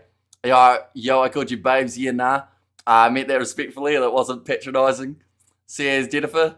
No, I didn't take it as patronising. It's just I normally get called other words other than babes. Now, the reserves in this match, ladies and gentlemen. I'm bloody turning red again. 1 second. We'll go like this. We'll go like that. And 1 moment. There we go. Right. I got to squeeze in so that you guys can see the reserves. Pito Malvaka still to make his way off the bench for this French side. Also, they have got Gojou and that number 23 jersey. They've got Miafu off that bench as well. So plenty of decent players for France to still make their way onto the bench or make their way onto the field. Ronan Kelleher there in the front row alongside Michael Milne and Finlay Bealham. For the Irish, they've still got James Ryan there, Conan off the bench, Crowley. I'd say if they want a good chance of getting back into this contest, they probably need Crowley on the field soon. You stick him in that 10 jersey, you just admit that Prendergast isn't having the best performance, get him out of there and try and right some of those wrongs, I would say. I just feel that it's football corruption all over again because this lineup, timeline, match-wise, is very weird, says Jennifer. Yeah. But it's an interesting one. Definitely because, I mean, the reason they've got the Thursday game is because of the Winter Olympics opening ceremony, isn't it? They didn't want that to overlap. My bad, I meant everything I said respectfully. Yeah, I didn't take any offense to it. You're all good. And okay, I back to French TV listening to the commentary. Says the Blue Nomad. They say Sweetie loads in Cape Town. Says DJ, you're a legend. Keep going. Can't wait for the tour of South Africa. Tell the All Blacks to bring their own food this time. We don't want to blame the service staff again, says Steve. They're going to need a lot of food. That's a huge amount of food pack. Those boys can eat. That is for sure. It's like when the Argentinians in that rugby championship, they showed like what they do on the barbecue. And they just cooked like, that was a huge amount of meat. Gillian, man of the match so far, he's huge. He's a brilliant player. And I still say about that July internationals tour up against New Zealand, people were complaining that France went B team. And yes, like people wanted to see their main guys over here. But at the same time, Galtier discovered a few hidden gems from those games taking place. And Gilliard was one of them. Now, don't you remember that Wales versus England, the main ticket sellers was always just kept till the end? Just saying, says Jennifer. Sorry, Hanson, no disrespect at all. Your coverage is flawless, says Jennifer. And Gilliard is amazing, says Alistair. And also, England bars are better, says Keegan. But now the second half just about to get underway in this contest, ladies and gentlemen. Gilliard was great, says Lou Nomad. I'm trying to think of who else it was. There was someone else in that loose forward trio who did extremely well too, wasn't there? Player of the match so far. Gilliard definitely up there. I also think that Jalabber's looking pretty solid in their number 10 jersey. He got himself the try. He's also actually done very well defensively. Made some great one-on-one tackles down low that have stopped any chance of an Irish attack from getting going. Bielbiere had that great try early in the contest too. We have got there, give us 2 streets, won't forget players for France. And Ireland, not stars, but streets won't forget. Streets won't forget. What is streets won't forget? I feel like that's a cool slang that the youngsters say. Streets won't forget. I'm too old to know what that means. 2 streets won't. But streets. Not stars, but streets won't. So is that like guys who are good that aren't the stars of the team, but actually are like future talents? Is that what that means? Maybe. Because I think that straight away Gilliard is there in that list. And alongside him, I mean, Adesogby hasn't proved it in this game. Normally he is extremely handy. I would go with someone like an Oscar Jajot in that number 7 jersey. He's really coming to his own as of late, but kicked off now. Get us back underway. The French kicking off from left to right in this contest. For the Irish, I would say Jamie Osborne is still a talent to keep an eye on. And in the 4-pack, I know some people don't like him, but Joe McCarthy does have a lot of potential. It's just that he has a mullet. People don't like mullets sometimes. That one's going to be kicked out by the Irish. A good clear and kick from inside of their 22. And I'm into that in facts, says Jennifer. Pretty sure Louis Bielbiere puked after his try, says Gumby. And to say it with me, Amish, Gigu. Sorry, I always say the last bit of it wrong, don't I? Ireland got mad spirit, and don't get me wrong, I love them all, but ultimately Welsh. So when we put backing England, then Ireland effort, says Jennifer. Of course, I've now worked out exactly why you're so excited for that England versus Wales game. We are going to be live on the channel for that one as well. They're just showing there, Gilliard. 15 carries from that man throughout this contest. Nihi Maldiscata is a popular streets won't forget player, says Freshman. And France, the potatoes at Irish are chumps, says Jason. Jagu is the best. And, says Jennifer, now going off to the left-hand side. Another carry there. 41. Oh, Dupont tripped over his own teammate's foot. I think that was Gilliard. He has been everywhere in this matchup, including under Dupont's foot. Bit of a counter-ruck there from Joe McCarthy, just trying to cause disruption in that breakdown. Jalabber looking for the kick in behind. It's going to be picked up now by Jamie Osborne, nicely controlled. Nicely taken again. Where can I subscribe to watch your coverage? AKA commentary, says Jennifer. So if you're on phone, I think it's, if you're out of full screen, down the bottom, there's a subscribe button, the little red one. It is free, as well I should mention. If you are on PC or computer or anything like that, it is down the bottom as well, out of full screen, I think. Or maybe in the bottom right corner, if you're in full screen, it will have like a really small like icon that you can click and then subscribe from there. Do Streets forget or do Streets pave the way forward? Says Xander. Oh, nice offload there from Thomas Ramos. He had the man on the outside, decides to take the contact himself with Jamie Osborne. It's 15 on 15. In terms of the number on their back, not the numbers on the field, although that is also a factual statement. Now, ball's still available. Luckman's lying on it. Has to roll over a little bit. Gilliard sells the dummy, gets tackled hard by Sam Prendergast. Now, Dupont moves it away to Charles Olivon. He's also been very strong throughout this game. And now I effed up. I'm 1 Wales, 2 Scotland, 3 Ireland. Don't care about the rest, says Jennifer. The decision is offside. And it's going to be the penalty awarded to the French. And amazing, thanks for the intro. I'll be tuned in, says Jennifer. And the box must watch out for Les Bleus next World Cup, says John. I think everyone has to watch out for the French next World Cup. They are a handy enough side. Oh, and they're kicking for the corner here. Bonus point hunting for this French team. They feel like they've got decent momentum. Can you speak the Māori language, Hamish? Some sentences. Not a huge amount, but like a couple. But also sentences with absolutely no relevance. So like, Homa e rima kotahi konu katakata. Or katahi tonu katakata, I should say, which is high five, just kidding. Which, of course, is something that you can use in any sort of scenario where high fives are involved. Rolling maul, 15 metres out from the line. Julio Marchand waiting for it at the back. It doesn't come out, and the Irish will win themselves the scrum. And that is a crucial one too. The French maybe will be regretting going for that corner option rather than taking the 3, but at the same time, they're far enough ahead. It's relentless, says Keegan there. You and me both, Patrick, and every year we hear that we have to watch out for the French. Next minute, Mutt says Sock. And you have us all wondering, explain the streets comment, says Xander.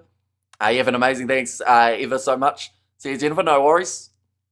And think of alcohol watching Ireland play. Now 36 minutes remaining in this fixture. Still time for a couple tries, and we mentioned about losing bonus points at the start of this contest. They can be extremely crucial with the competition, the way that it finished last year. There were a lot of closeness in the points. 4 wins, 1 loss on multiple occasions. That is going to be a penalty for Ireland now. Offside. Oh no, leg sweeping out. And the scrum losing the footing. Irish players clearly took out 2 French support players. Says, I'm nutty. Please don't stop. We need people straight to the point like you. You've made a work shift happy as hell. Much love from Cardiff. Says Jennifer there. Yeah, we got the Six Nations other 2 games taking place. We got the Sevens on the channel as well. And then also, I wanted to do Super Rugby preseason between the Blues and the Crusaders, but it's not actually available for anyone to watch. They are just doing it as if you're in the stadium watching. It's the only way to watch it. The rain is actually a little bit heavier than I thought it was. From this other angle, we do still see it falling down quite heavy. Dan Sheehan now ready to throw this one in. Waiting for the ball. I'd say that they'll target Tyke Byrne. They do try and go to him. Gilliard read it, but doesn't quite manage to claim that ball. Instead, it's still on the side of the Irish. That's what you get, Ireland, says Jerome there. And Cardiff, great city for a night out, says Patrick. Now, going after it, Jacob Stockdale. He really hasn't had that impact on the left wing side. They would have been after in this contest. Some did want to see Zach Ward in that number 11 jersey for Ireland. He is a man from the 7 setup. Now Dupont, another box kick, 30 metres out from his line. Waiting for it to come down. Jacob Stockdale, it's a knock on from him. So yeah, under the high ball, he has not been one bit safe today. Now Jalabert spins out of one, collided with McCluskey after. 42 metres out. Little kick in behind from Dupont. This one's going to sit up, or at least it looked like it was going to. Goes into the hands of Louis Bielbiarray. They're not going to catch him. He is too quick, and he gets a double in this contest. That is also the bonus point now for the French as they continue to score tries. When is the World Cup? In about 600 days. It starts in September 2027, I believe. And what are you watching this on? Are you way behind live coverage? For me, I'm watching on Sky Sport now. here in New Zealand, which they do normally have about a 30-second delay or somewhere along there. We have got there who's going to win then, in your opinion, and don't dilly-dally. Honestly, this is going to sound like recency bias, but I do think that the French are looking pretty good at the moment in this competition. Plus, they play Ireland and England, the other two sides that were up there in terms of contenders. They play them both in France. So I would actually be more concerned if France didn't win this competition than if they did. Who scores the last try was Louis Bielbiaré. He scores himself the first try of the contest and the first try of the second half as well. About a minute delay, if not more, says Gumby. So that is Sky Sport for you. Now going over the posts. And the number 11 is very fast. He's got huge pace. Amen to that, says Jennifer. And also Ireland are not great, says Sean. Yeah, they've been punished big time for the way that it's gone. This kid is special, says Conscious. I don't know why, but the first time I read that, I thought you were meaning me. But no, you mean Bielbiaré in there. And now kicked off by the Irish. They are down by 29 points here. What did I miss? Lost control of TV at halftime. Women's ice hockey on. So it starts race. So the first try of the second half, Louis Bielbiaré. Ireland had a few more decent moments in the second half, but again, just can't quite get that attack going inside of the French half. And 27, now Ireland is bad, says Keegan. This is rugby football, says Broderick. Just showing Andy Farrell here is talking away on his walkie-talkie. And to lose Bordeaux 29, Leinster 0, says Gumby. But then is that proof, once again, that maybe Ireland should have gone more so based off form in other competitions? Like, don't get me wrong, there are plenty of inform Irish players out there on the field as well, but there are plenty of guys left out of this team who in URC and Champions Cup have been absolutely tearing it up. Breaking the line at Will, says, I love you, Lumi. Now running it hard, going off with a nice step there. Ramos receives the pass back. Gilles, two-man tackle on him. Now Dupont, little knock on the ground though. So it will be the scrum for the Irish. No depth in Ireland, says Kevin. Is there no depth or is there no depth that they're willing to try? Because, you know, like I said, you've got Ulsterman who are tearing it up in the URC. You can't even get a look in this side. You've got guys from Munster who are in great form that don't get a chance. Looking like Galen Doris with the lip slug. Kiwi lad, says Cameron. Guess yeah, I don't know what to do with the facial hair next. I don't know whether to try and have it all short or whether to leave the mustache again for some sort of forfeit. That normally ends up happening. And it's almost long enough to be left now. O'Gara is updating his CV, says user. It's also proof the top 14 is simply much better, says Gumby. I think that one's definitely one that you can argue about. Just because it depends on your bias a little bit. If you're talking club competitions, then it certainly is right up there. Leave it, says Cameron. And time to forget the beer and go on the whiskey. France are going to hit us for at least 40, says Patrick. Ireland reminds me of my ex-girlfriend, very boring, says Sean. Well, surely she wasn't boring at one point because you picked her, didn't you, Sean? And France are on fire, says Marius. And so Crowley ain't playing 10 half, says South Kid. No, at the moment they have still got Sam Prendergast out there on the field. I did think that maybe Crowley would get the chance at halftime, leave the beard, let it grow out. Scotland for the Six Nations. I'm curious to see what this Scottish side can do because they have said they're feeling pretty good heading into this competition and they are the type of side that can cause an upset every once in a while. And Crowley comes off the bench, South Kid. What's the Ireland's record defeat in the defeat in the Six Nations? That's a good question. And I'm going to Google it because I have no idea.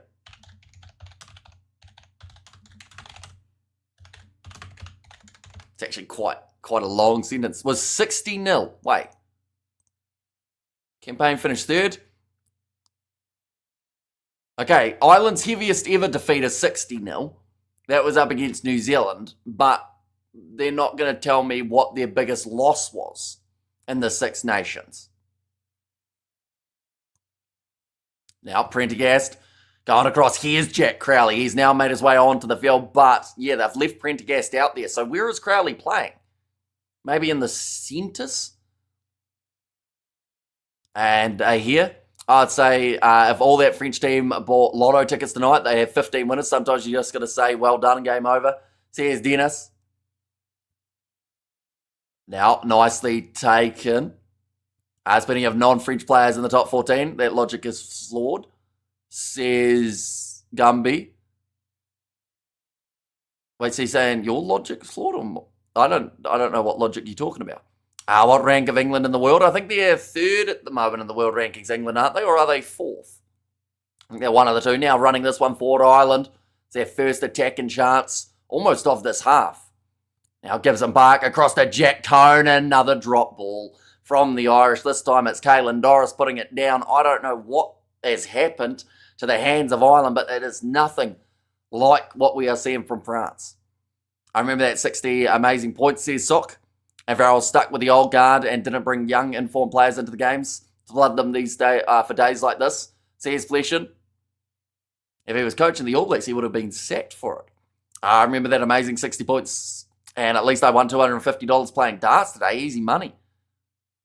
$250 playing darts is a decent way of going. I have got the goal for this year of hitting 180 for darts, and I haven't hit it yet. But I'm thinking about later on in the year, if I still haven't hit it, doing a live stream where I have to keep on playing darts on said stream until I hit a 180. So it could take days, which wouldn't be ideal. Hashtag pray for Ireland, says Xander there.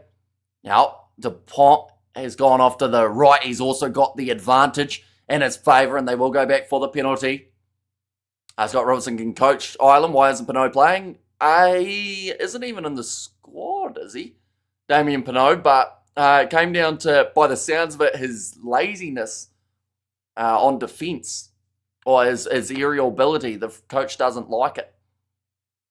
If Ireland lose them, and France swap places between 4 and 5, what a hiding, says Invincibles. I believe some of the English next France and Ireland have the drop, says. Yeah, they have dropped a lot, 180, says Suds Razor, of course, all in caps. Wouldn't it be nice? I've been close a couple times, but not really. I'm not good at darts. Irish players should walk off, save them the energy. Pinot being dropped because he is bad under the high ball, says Sakabola. Haven't been watching the URC, but isn't Leinster been playing well? They have been in some pretty decent form as of late. Jeremy Luckman trying to get the steal, just hasn't been able to get going in this contest at all. The Irish breakdown work until now. That's a brilliant steal from, I think it was either Ronan Killer or Jack Conan there. Trying to wait for him to turn around so that I could see, but no, they didn't show the number on his back. McCluskey plays halfback, goes short side again, tied up with some great French defence. Who do Ireland have next? Their next game is going to be up against the Italians. Ireland has been broken, says Eugene. Had 110 data. That's a very good effort, Patrick. Now kicked high. Nicely taken by Ramos. Irish commentator has just called this Irish performance in the second half predictable. Would the score be different if it was dry, says I am nutty? Maybe. Maybe would have cut out a few of the Irish handling errors, but it's always very hard to tell, of course. Blissbox just lost to the All Blacks, right, Hamish? That is correct. But could be very interesting if they go head-to-head this weekend in the Perth Sevens. Now up to the halfway line, James Gibson Park goes back across Caelan Doris, Prendergast. Oh, that's a terrible pass. Sogby takes it, offload there, and the mistake from Prendergast has led to an attacking chance here for the French. Sogby plays half, goes there, Jalabert.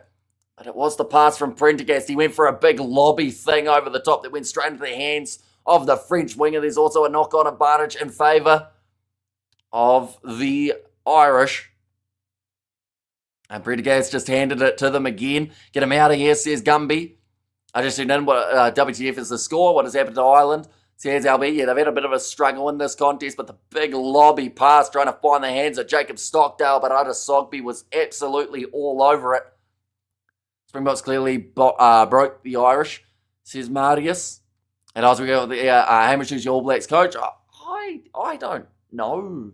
I'd go probably either Dave Rennie or Jamie Joseph. I don't know about the going back to Steve Hansen, Ian Foster situation. Just because, oh, mate, I don't know. It's a tricky one for them. And either way, whoever the new coach is, if they end up losing, then everyone will hate them anyway. Because that seems to be how it works, even if you win some games. I break down the game so far, says LB. Knock-ons from Ireland, tries from France. That's about all we can say here. It's been a much better performance from the French than the Irish opposition. That Ireland is not the team that they were. My word, terrible, says Steve. And also can a Northern Hemisphere squad take number 1 ranking while Southern Hemisphere not playing, says Roger. I think if France win all their games in the world rankings, they can get kind of close. 1 second. We'll go like that. But at the moment, rankings-wise, South Africa are on 93. So I think England might be the only side that can actually catch them if they won up against France away from home and won the rest of their games. That might give them enough of a boost. But yeah, it's not likely the way that it sits. And we have got there, how did the box beat these guys, Hamish? They're so classy, lovely rugby, says John. And maybe All Blacks can play a Rassi $50 million to coach the All Blacks, says Sean. And England might as well, or might as they are third, says South. Yeah, they need a little bit of luck as well as a lot of big wins, I believe, to be able to do it. Now scrum feed for the Irish. They are sitting 30 metres out from their try line here. 23 minutes remaining on the clock. They need something. Here's a big run from McCluskey, trying to bulldoze his way through, but again, a very good bit of defence from the French, and the ball's stolen by France once more. Ireland just can't get their hands on it for more than half a minute. South Africa as a country doesn't have $50 million, says Gumby. Let's all be French tonight, and next week Italian, says Eugene. Naki is on a ban. He certainly is. Now ball's taken back by Nick Timoney.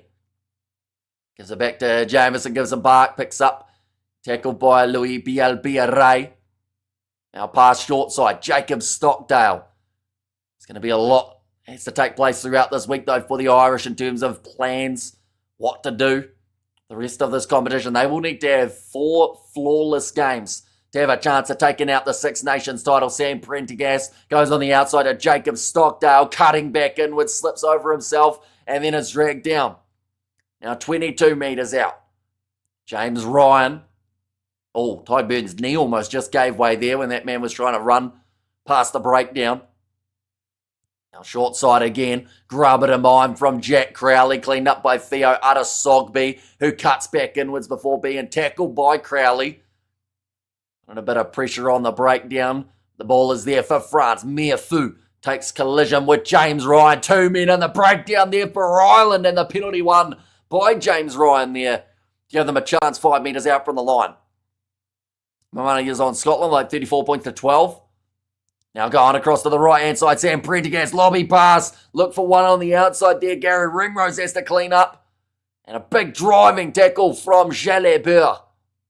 He's got to be up there for man of the match alongside, I'd say, Gilliard. Another drop ball there from the Irish, but it does go backwards. I did it after 59 minutes. Says South Kid now. Sam Prendergast holds the ball for a bit longer. McCluskey offload there. Chance here for Nick Timoney. He does score it for the Irish. Their first of the match. It has taken 59 minutes, but they have finally got there. And now you wonder, for the last 20 minutes of this contest, can they somehow pull back a bonus point of some sort? It's electric, says Keegan there. South Africa best team, says Raymond. Oh, hang on, time is off. What are they checking now? Comeback begins, says Studs Race.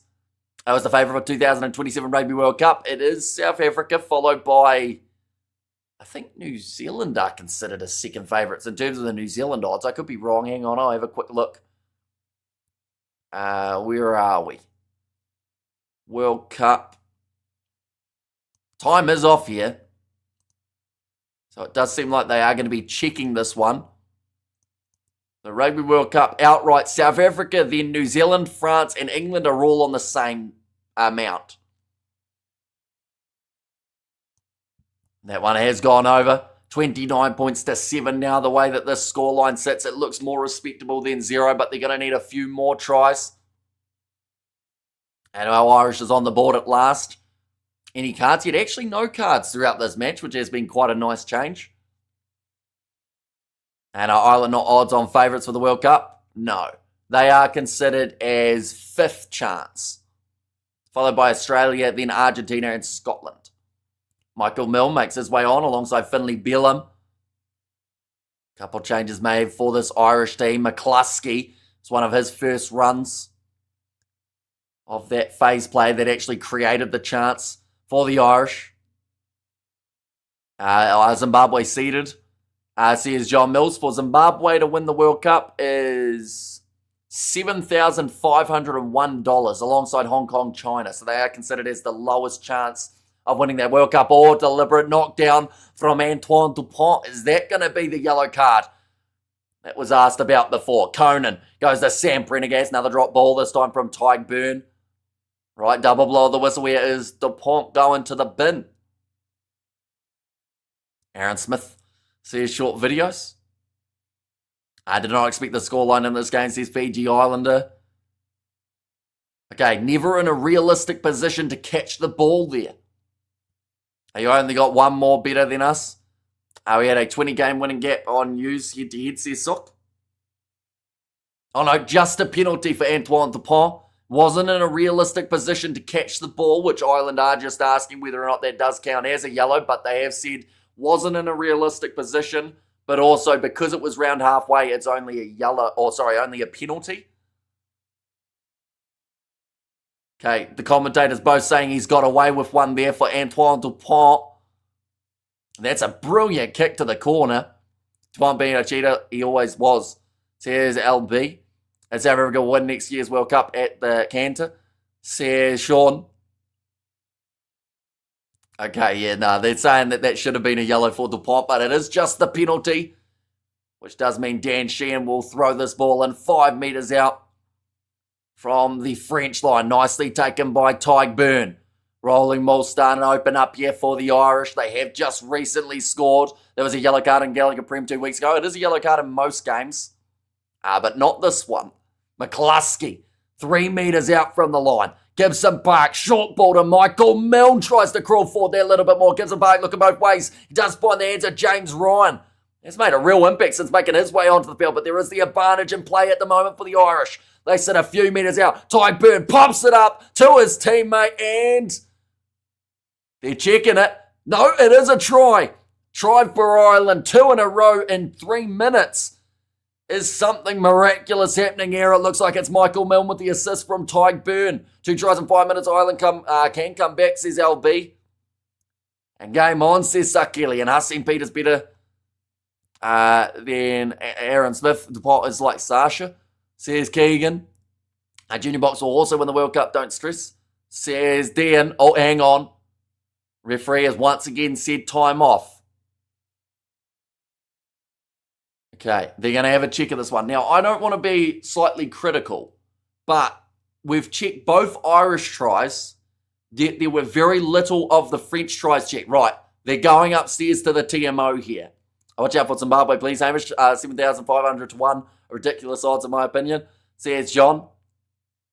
And they're checking it, Hamish, hold on, says Gumby. And there as well, no try, says Marius. Right, they're checking to see if Michael Milne has lost this ball forward. Right, that's going to be very hard to see from this aerial angle, but hopefully from another angle we will get to see the dropping of the ball that they are checking for. Where is the ball? Oh, no, he's dropped it after he's landed on it. Unless he's dropped it in the process beforehand. He's never lost contact with that up until he slammed down with his balls on it. So I think that's going to be fine. TMO was working hard to get that disallowed, says Studs Race. On-field try will stand. And too little too late for Ireland. They need to score at least 5 tries to win it, says Jason. And that kick has gone over from Sam Prendergast, making the score now 29-14. Now, once again, this is starting to look like a much more respectable scoreline. And there's still 18 minutes left in this matchup. Looks like a change is being made here for the French. They're trying to stop that momentum. Zimbabwe 34, Ireland 24. What's happening in every game? Well, that's happened in every game. And well, Cesar Kelly. And there too, but 18 minutes left on the clock. Jalabert kicks it off long. The Irish still got a little bit of that fighting spirit in them. Too little, too late, says Eric. Although if they do continue scoring at the rate that they just have for those 2 tries, if they continue for the rest of this contest, Ireland would win this game by about 20. That's how quickly they scored those 2 tries. But that's not going to happen. I think if they did somehow get back into a bonus point position here, would be very impressive. Adesogbe knocks it backwards. Going off to the left-hand side, Ramos. Now Finlay Beelham.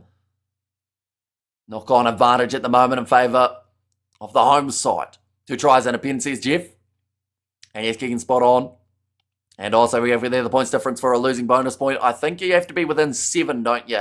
In the Six Nations competition now, Jalabert passes on the outside. Chance here, Louis Bielbiere. He has scored himself 2 tries so far throughout this matchup. A lot of pressure on Antoine Dupont. Forces the ball out of his hands, but it goes backwards into the hands of Pieter Malvaka. Gets his first run of the day. Caelan Doris had hands on the ball. And then he was cleaned out. Now back across to the right-hand side to Portier. Ireland in the breakdown. And it's Tyke Byrne this time who has ripped that ball away. Now Gibson Park goes across to Jack Crowley. Has he been a bit of a difference since making his way onto the field? And to be fair, Michael Milne was the man who did score that try. The most recent one anyway. Conan with the inside pass to James Ryan. These guys off the bench have completely changed the momentum of this whole fixture. Kicked him behind. Jacob Stockdale chasing after it. Tackles Adesogbe. Tries to drive him towards the sideline. Now 40 metres out from their line here for the French. France will score again, I bet you, says Keegan. And the thing is, Ireland is starting to go a little bit more aggressive with the way that they've been attacking here, which to me also opens up the counter-attacking opportunity for France. So, you know, yes, they're going big time, but they could also find themselves getting a interception try here for the French. Big driving tackle on Crowley. Going to be a line-out, though, for the Irish. Ref definitely defended Dupont for obstruction and not given the try immediately. Had a rare look, I saw it earlier. You guys don't seem to want to understand it. Why? Says Steve Troy. Yeah, like we mentioned, that's normally a yellow card in most games. Can it end in a draw? Theoretically, it can. And that would well and truly open up the door for England in the Six Nations competition if it did. Ireland attack too late in the game. Told you Ireland start slow, says Jason. Yeah, 59 minutes it took for Ireland to get their first try in the match. Sam Prendergast now decides to go for the up and under. It's going down towards the French 22. Nicely claimed by Thomas Ramos. Both men went up for it. Ringrose had a lot of that ball, but then just let it go as he was looking to get the grounding. Now going off to the right. France are going to run this one out. Jalabert with a bounce pass on the outside to Theo Adesogbe. Now a step. He has been touched. Well, he has been, but he has been wrestled into touch by Jacob Stockdale.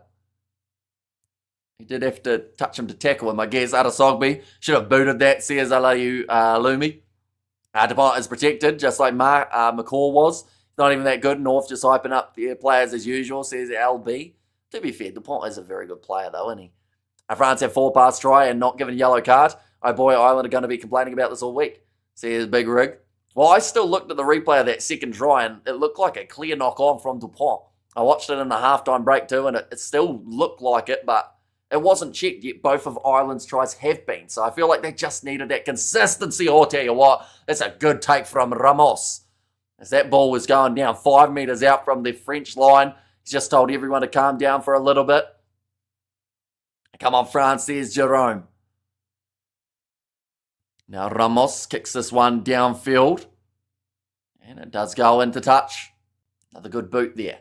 13 and a half minutes remaining in this contest. Ireland will have themselves the line out. Say you're biased casual without say you're biased casual. For Dupont isn't that good from Gumby. Now, France just taking their time here. We've seen here Ramos is at 113 metres carried from his 16. And now, ball's loose. Picked up by Caelan Doris. 20 metres out. Gibson Park goes short side to Tyke Byrne. Big collision with, it was Anthony Gelange who drives him towards the sideline. Now Gibson Park back across. Oh, loose ball, and it's knocked on by Ireland. Back to the knock-on game. Are there any URC games whilst the Six Nations is on, says Sean? There are not, but I believe I can tell you when the upcoming games are on. 1 second, we'll go like that, and we'll go like that. 1 second. Have I got the graphic? I've got hundreds of them. Surely we got one somewhere here. Who played recently? I believe it's this one. I'm only guessing though. There we go. So don't worry about the dates that it says, like in terms of how many days until it happens, but these are the next games of the URC. So 22nd of February for us here in New Zealand, 21st of February for you guys up north. There is only one game taking place for that round of the URC, and then the week after, it's back into the full round taking place. That's in the bye week of the Six Nations competition. So yeah, a little while till the URC does come back. As Bath playing, says Mohadeen. I think Premiership also has that break up until roughly that same time as the URC. DuPont won an under-20 World Cup, didn't he, says John. He also won an Olympic medal for France. Now 11 and a half minutes left. The rain is still falling. Let me know, who would you guys give man of the match to at the moment? Ramos, is that a good game? We've seen Gilliard be very busy. Jalabert, he's been solid. Bielbiere has got 2 tries. He never won the under-20, says I am nutty. The Bombers switched to series, sevens and carried to gold in 7 tournament wins. Then went back and played 15s like he never left, says Gumby. That's Intermax, says I am nutty for the under-20. Zimbabwe scrum half is better than DuPont, says Sean. But the new front rows just having a little bit of time here to become acquainted. I don't really know. I'm a New Zealander, says what's up guys, and Ramos has been pulling the strings. Yeah, so it'd be a decent shout for man of the match in this contest. In fact, there's a lot of guys that you could give man of the match to, and I don't think anyone would go, oh, that's a shame. Like, there's been guys who have been strong enough.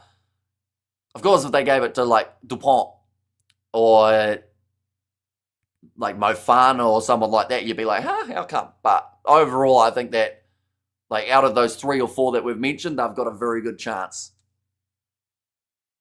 We have got the Ireland have Italy next, says Jason. They certainly do. Now Ronan Kelleher, line out throw, 40 metres out from the French line. Again, we need to see Ireland start to find that momentum again. It's like they did about 10 minutes ago. Now McCluskey in behind, Sam Prendergast. Looping around was Jacob Stockdale. Now cutting back in is Jamie Osborne in the attacking line. That's something that we haven't really had a huge opportunity to see throughout this game. McCluskey, the pass was behind him. Now manages to find the offload to Sam Prendergast. Takes a bit too long to pass that one across. Puts a lot of pressure on his teammate. Now Finlay Bealham. An advantage in favour of the Irish. That is for offside. Now chip in behind from Sam Prendergast. And they'll go back for the offside advantage. No, James. Ireland have Italy next, says Jason. And big tackles by the French, says Ruth there too. Ramos, he had a really good game. Yeah, I think that Ramos is probably the justifiable option. Like, Bielbiere scored 2 tries, but other than that, we haven't actually seen a huge amount of them, which is the tricky one. Now we have there, France has England, says Jason. The French national anthem once again is being sung. And DuPont is fantastic. He is great, says Ruth. Now ready to throw it. Once again, Ronan Killer. It's almost 12 a.m. by me.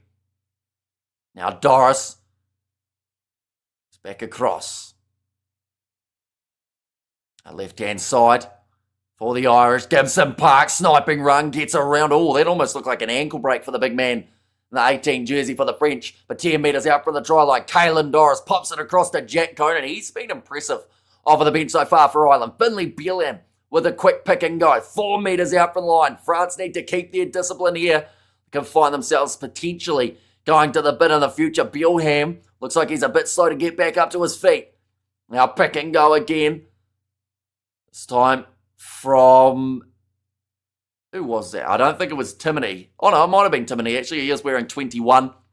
And this contest, James Ryan waiting for this ball. They go across to him. Chopped down again by the French defence. 11 phases in. Now Tyke Byrne, pick and go around the side of the breakdown. Ball pops out. Really well done from Buildup to be able to jump on it and keep it on the side of the Irish. Jack Cohn, a two-man tack on him. Driven backwards 5 metres. Great work from this Le Bleu defence. But can they continue to stop this Irish side? Timony can't quite bust through. Will Ireland look to use their backs here or continue with the forwards? Bellum will go himself. Once again, tackled 4 metres out from the try line. Someone's missing a boot. Haven't worked out who it is as of yet, but I'm sure whoever is probably hiding out on the wing so their boot doesn't get, or their foot doesn't get stood on. Oh, that's interesting.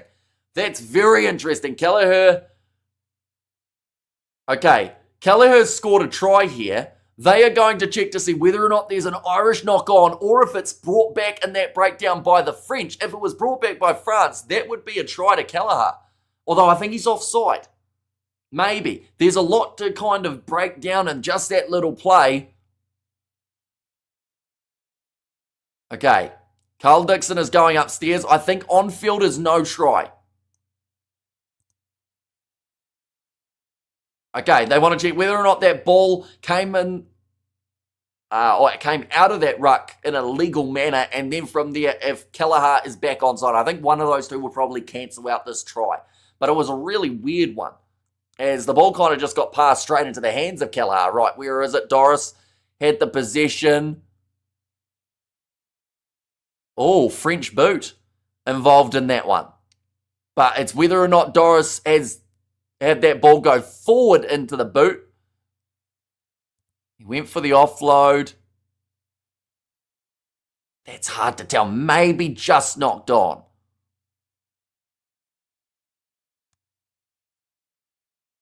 See, that's close to the French hand too. This is going to be a hard one to distinguish for the Timo. I don't think Kelleher was onside anyway here. So if they can't find it in the breakdown being a knock-on. So Doris went, I think that is a knock-on from Doris, and then it's hit the foot. And man of the match says Ruth. And also we have got there, what a stupid pass says, I am nutty. Okay, it's just a scrum for a knock-on in favour of France 5 metres out from the line. So it is called as the knock-on, which honestly is actually the better option for Ireland in that scenario, out of either being an offside or a knock-on, as it does mean that it will be still within the 5 metres. More fuel for the Irish excuses pile, says Big Rig. No, that one was a knock-on. That scenario, Craig Casey does come on to the field. They just put Jamie Osborne. He will get 7 minutes at the end of this contest. Interesting that they haven't taken Gibson Park off the field. Although it kind of looks like they have, to be fair. It looks like Craig Casey... I've got to try and get the squinting on. They've got the camera angle about 20 metres above the players. Craig Casey is on for Gibson Park. They put up the wrong graphic, I believe. Where's Maniaki? Suspended at the moment for 4 weeks, I believe it was. But now, France have got the ball. 7 metres out from their line. Going for the big push. Dupont does have the ball off the back. Does kick that one downfield. A great kick from Dupont. And they will not take it quickly there with Crowley. And there was French. Or that was great French defence. Says Marius. Now 6.5 minutes on the clock here. And there's Le Bleu. Says, was there from Johnny. And Irish fan here, no excuses. They need to pick up more Ulster players over Conservative. In selection, says James. Yeah, I look at the guys who have been in form in the URC that have been left out of this team, and you just wonder what if they had given them the chance. Now, backline movement here. McCluskey passes on the outside of Jacob Stockdale. Cuts back inwards and is going to be dropped by Deportier. Now, Prendergast. Across to Caelan Doris. Craig Casey. Well, that looked a little bit illegal from Jegu. I'm not sure whether or not he won it in a way that he was supposed to, but it was effective. He got the ball back for the French, and that one's going to be kicked into Dutch by Jalabert again, just trying to play a bit of territory at the moment. What's your plans for the rest of your Friday and long weekend, says Kiwi Rob? A lot of streaming still to come. We've got the Sevens tomorrow, as well as the Six Nations on Sunday morning. I was going to be doing Crusaders versus Blues, but it's not being shown anywhere. Yeah, there is a Highlanders versus Moana Pacifica game this afternoon. I haven't got it scheduled or anything because it is being shown on the Highlanders YouTube channel, so it's nice and easy to access all around the world. Too many Leinster players. This is very poor from the Irish, says LB.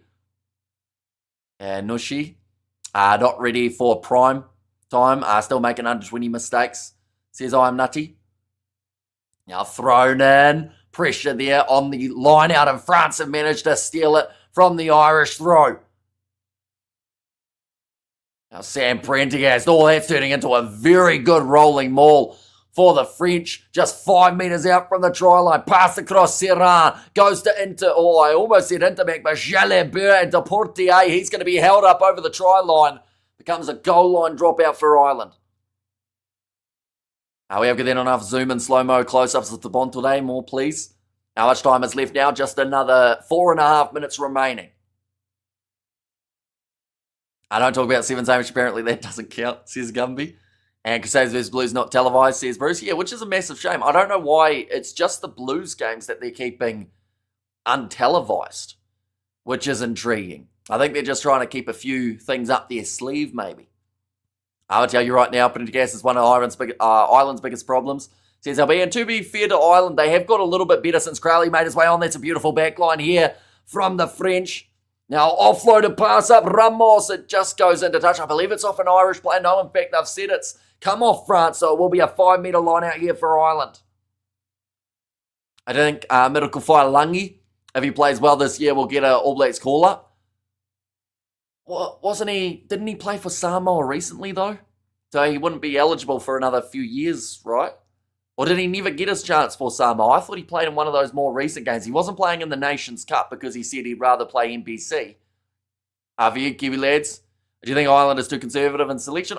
I think so, purely because of the fact that I've been watching a lot of the URC, and you do get to see, guys who aren't even in the question for Ireland that I believe do need some game time at some point. Sevens is a different sport, so yes, it doesn't count. It is not really a different sport, though, is it? Like, a lot of players do go between the Sevens and the Union. A lot of great players. Quagga Smith, perfect example. He made his name in the Sevens, and everyone knew from that he was going to be a great Union player. Oh, that was an interesting clean out there from James Ryan. Gelange was past the breakdown, and that just seemed like a bit of frustration from the Irish veteran. That ball, Stockdale's knocked it on. France with the option of line out or scrum. I thought that too. I thought he missed the international game, says Sock. Oh, yeah, blue ball here for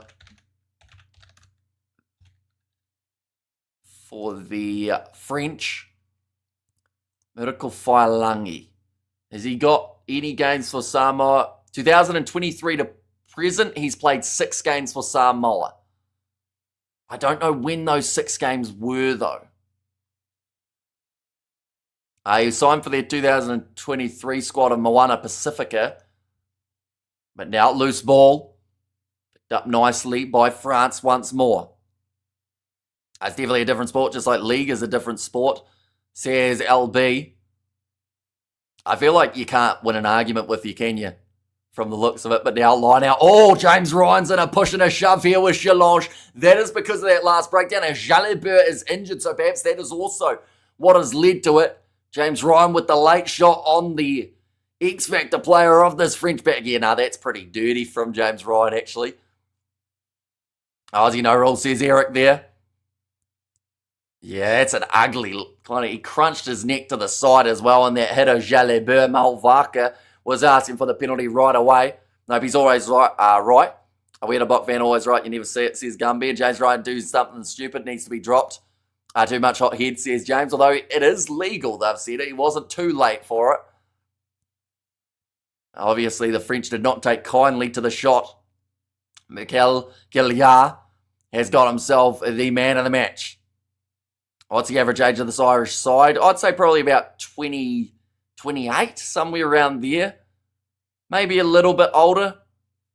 But like they've got enough of those young guys in there that kind of get the age down. Here's Gary Ringrose breaking the line here. Still a chance for the Irish to get a bonus point if they were able to score twice in the near future. Great work in the breakdown though from Pietro Malvaca. He manages to take a straight back for the French. Average age is 29 or 30. Oh, drop ball there from Gibson Park, who is still out there on the field. So they have actually got the 2 9s out there at the moment for the Irish. Ringrose. Says Keegan there. How long says Mohadeen? There is just a minute remaining. Are you playing cricket on Saturday? I am not. And the juniors also have the game off. He's in the air when tackled. James Ryan, the Irish. Itzabeth Hamish. I think James Ryan's in his own category. He loves getting himself in trouble. James Ryan. Not like he's done some pretty bad stuff. But he's also, yeah, he's an interesting one. Now going off to the right-hand side. He also has had some decent moments in this game, though. Made his way off the bench and had a bit of an impact. That's a good steal. Oh, at least it looked like it was going to be a steal for Michael Milne. Just missed the ball. Now breaking the line. Here's Baptiste Serra. Couldn't quite get it. The next pass away. 30 seconds remaining on the clock. Now pass back across here. Jalibert cuts through and Deportier hits it up more. Lane doesn't qualify for New Zealand, even if he has stood down from Manu Samoa. Brought up here, says Steve. Now goes across to the left-hand side. Going to be hard to take 10 off Jalibert, even when Intermat comes back. Yep. He's had a very solid game. Jalibert passes on the outside to Arasogby, who scores it down the wing. The final blow of the match goes the way of the French. Jalibert deserves the man of the match. He's been thoroughly impressive. They did give it to Gilgar, who had a huge amount of work that he did before making his way off the bench, but I said it from the very first pretty much minute of this live stream, and I'm sticking by it as well. I believe that Jalibert is going to be the best 10 in this competition, and he's gone massively under the radar for the past 12 to 24 months for what he has done in club rugby for Bordeaux. He has been a menace in that number 10 jersey, and he showed it again in this game, but it's a great offload from the big man Miafu, then the distribution of Jalibert to get it into the hands of Arasogby. Now Ramos has the chance to line up the additional 2 right near the sideline. The score at the moment separated by the 20 points. Game's happy with this result. Says BG Islander, struck by Ramos, and that one will go over. So the end score in this contest, 36. Wait, is the ref going upstairs? Oh no, that's full-time whistle. Sorry, my apologies. 36 points to 14. In favour of the French here. A dominant win at the Stade de France. It's about sneeze number 50 for this match as well. This was a thrashing, says Marius. And Ireland are being thoroughly sorted, says Sock. And there as well, victory, says KM. But yeah, a very impressive win for the French. One moment I'm about to sneeze, so I'll very quickly mute once more.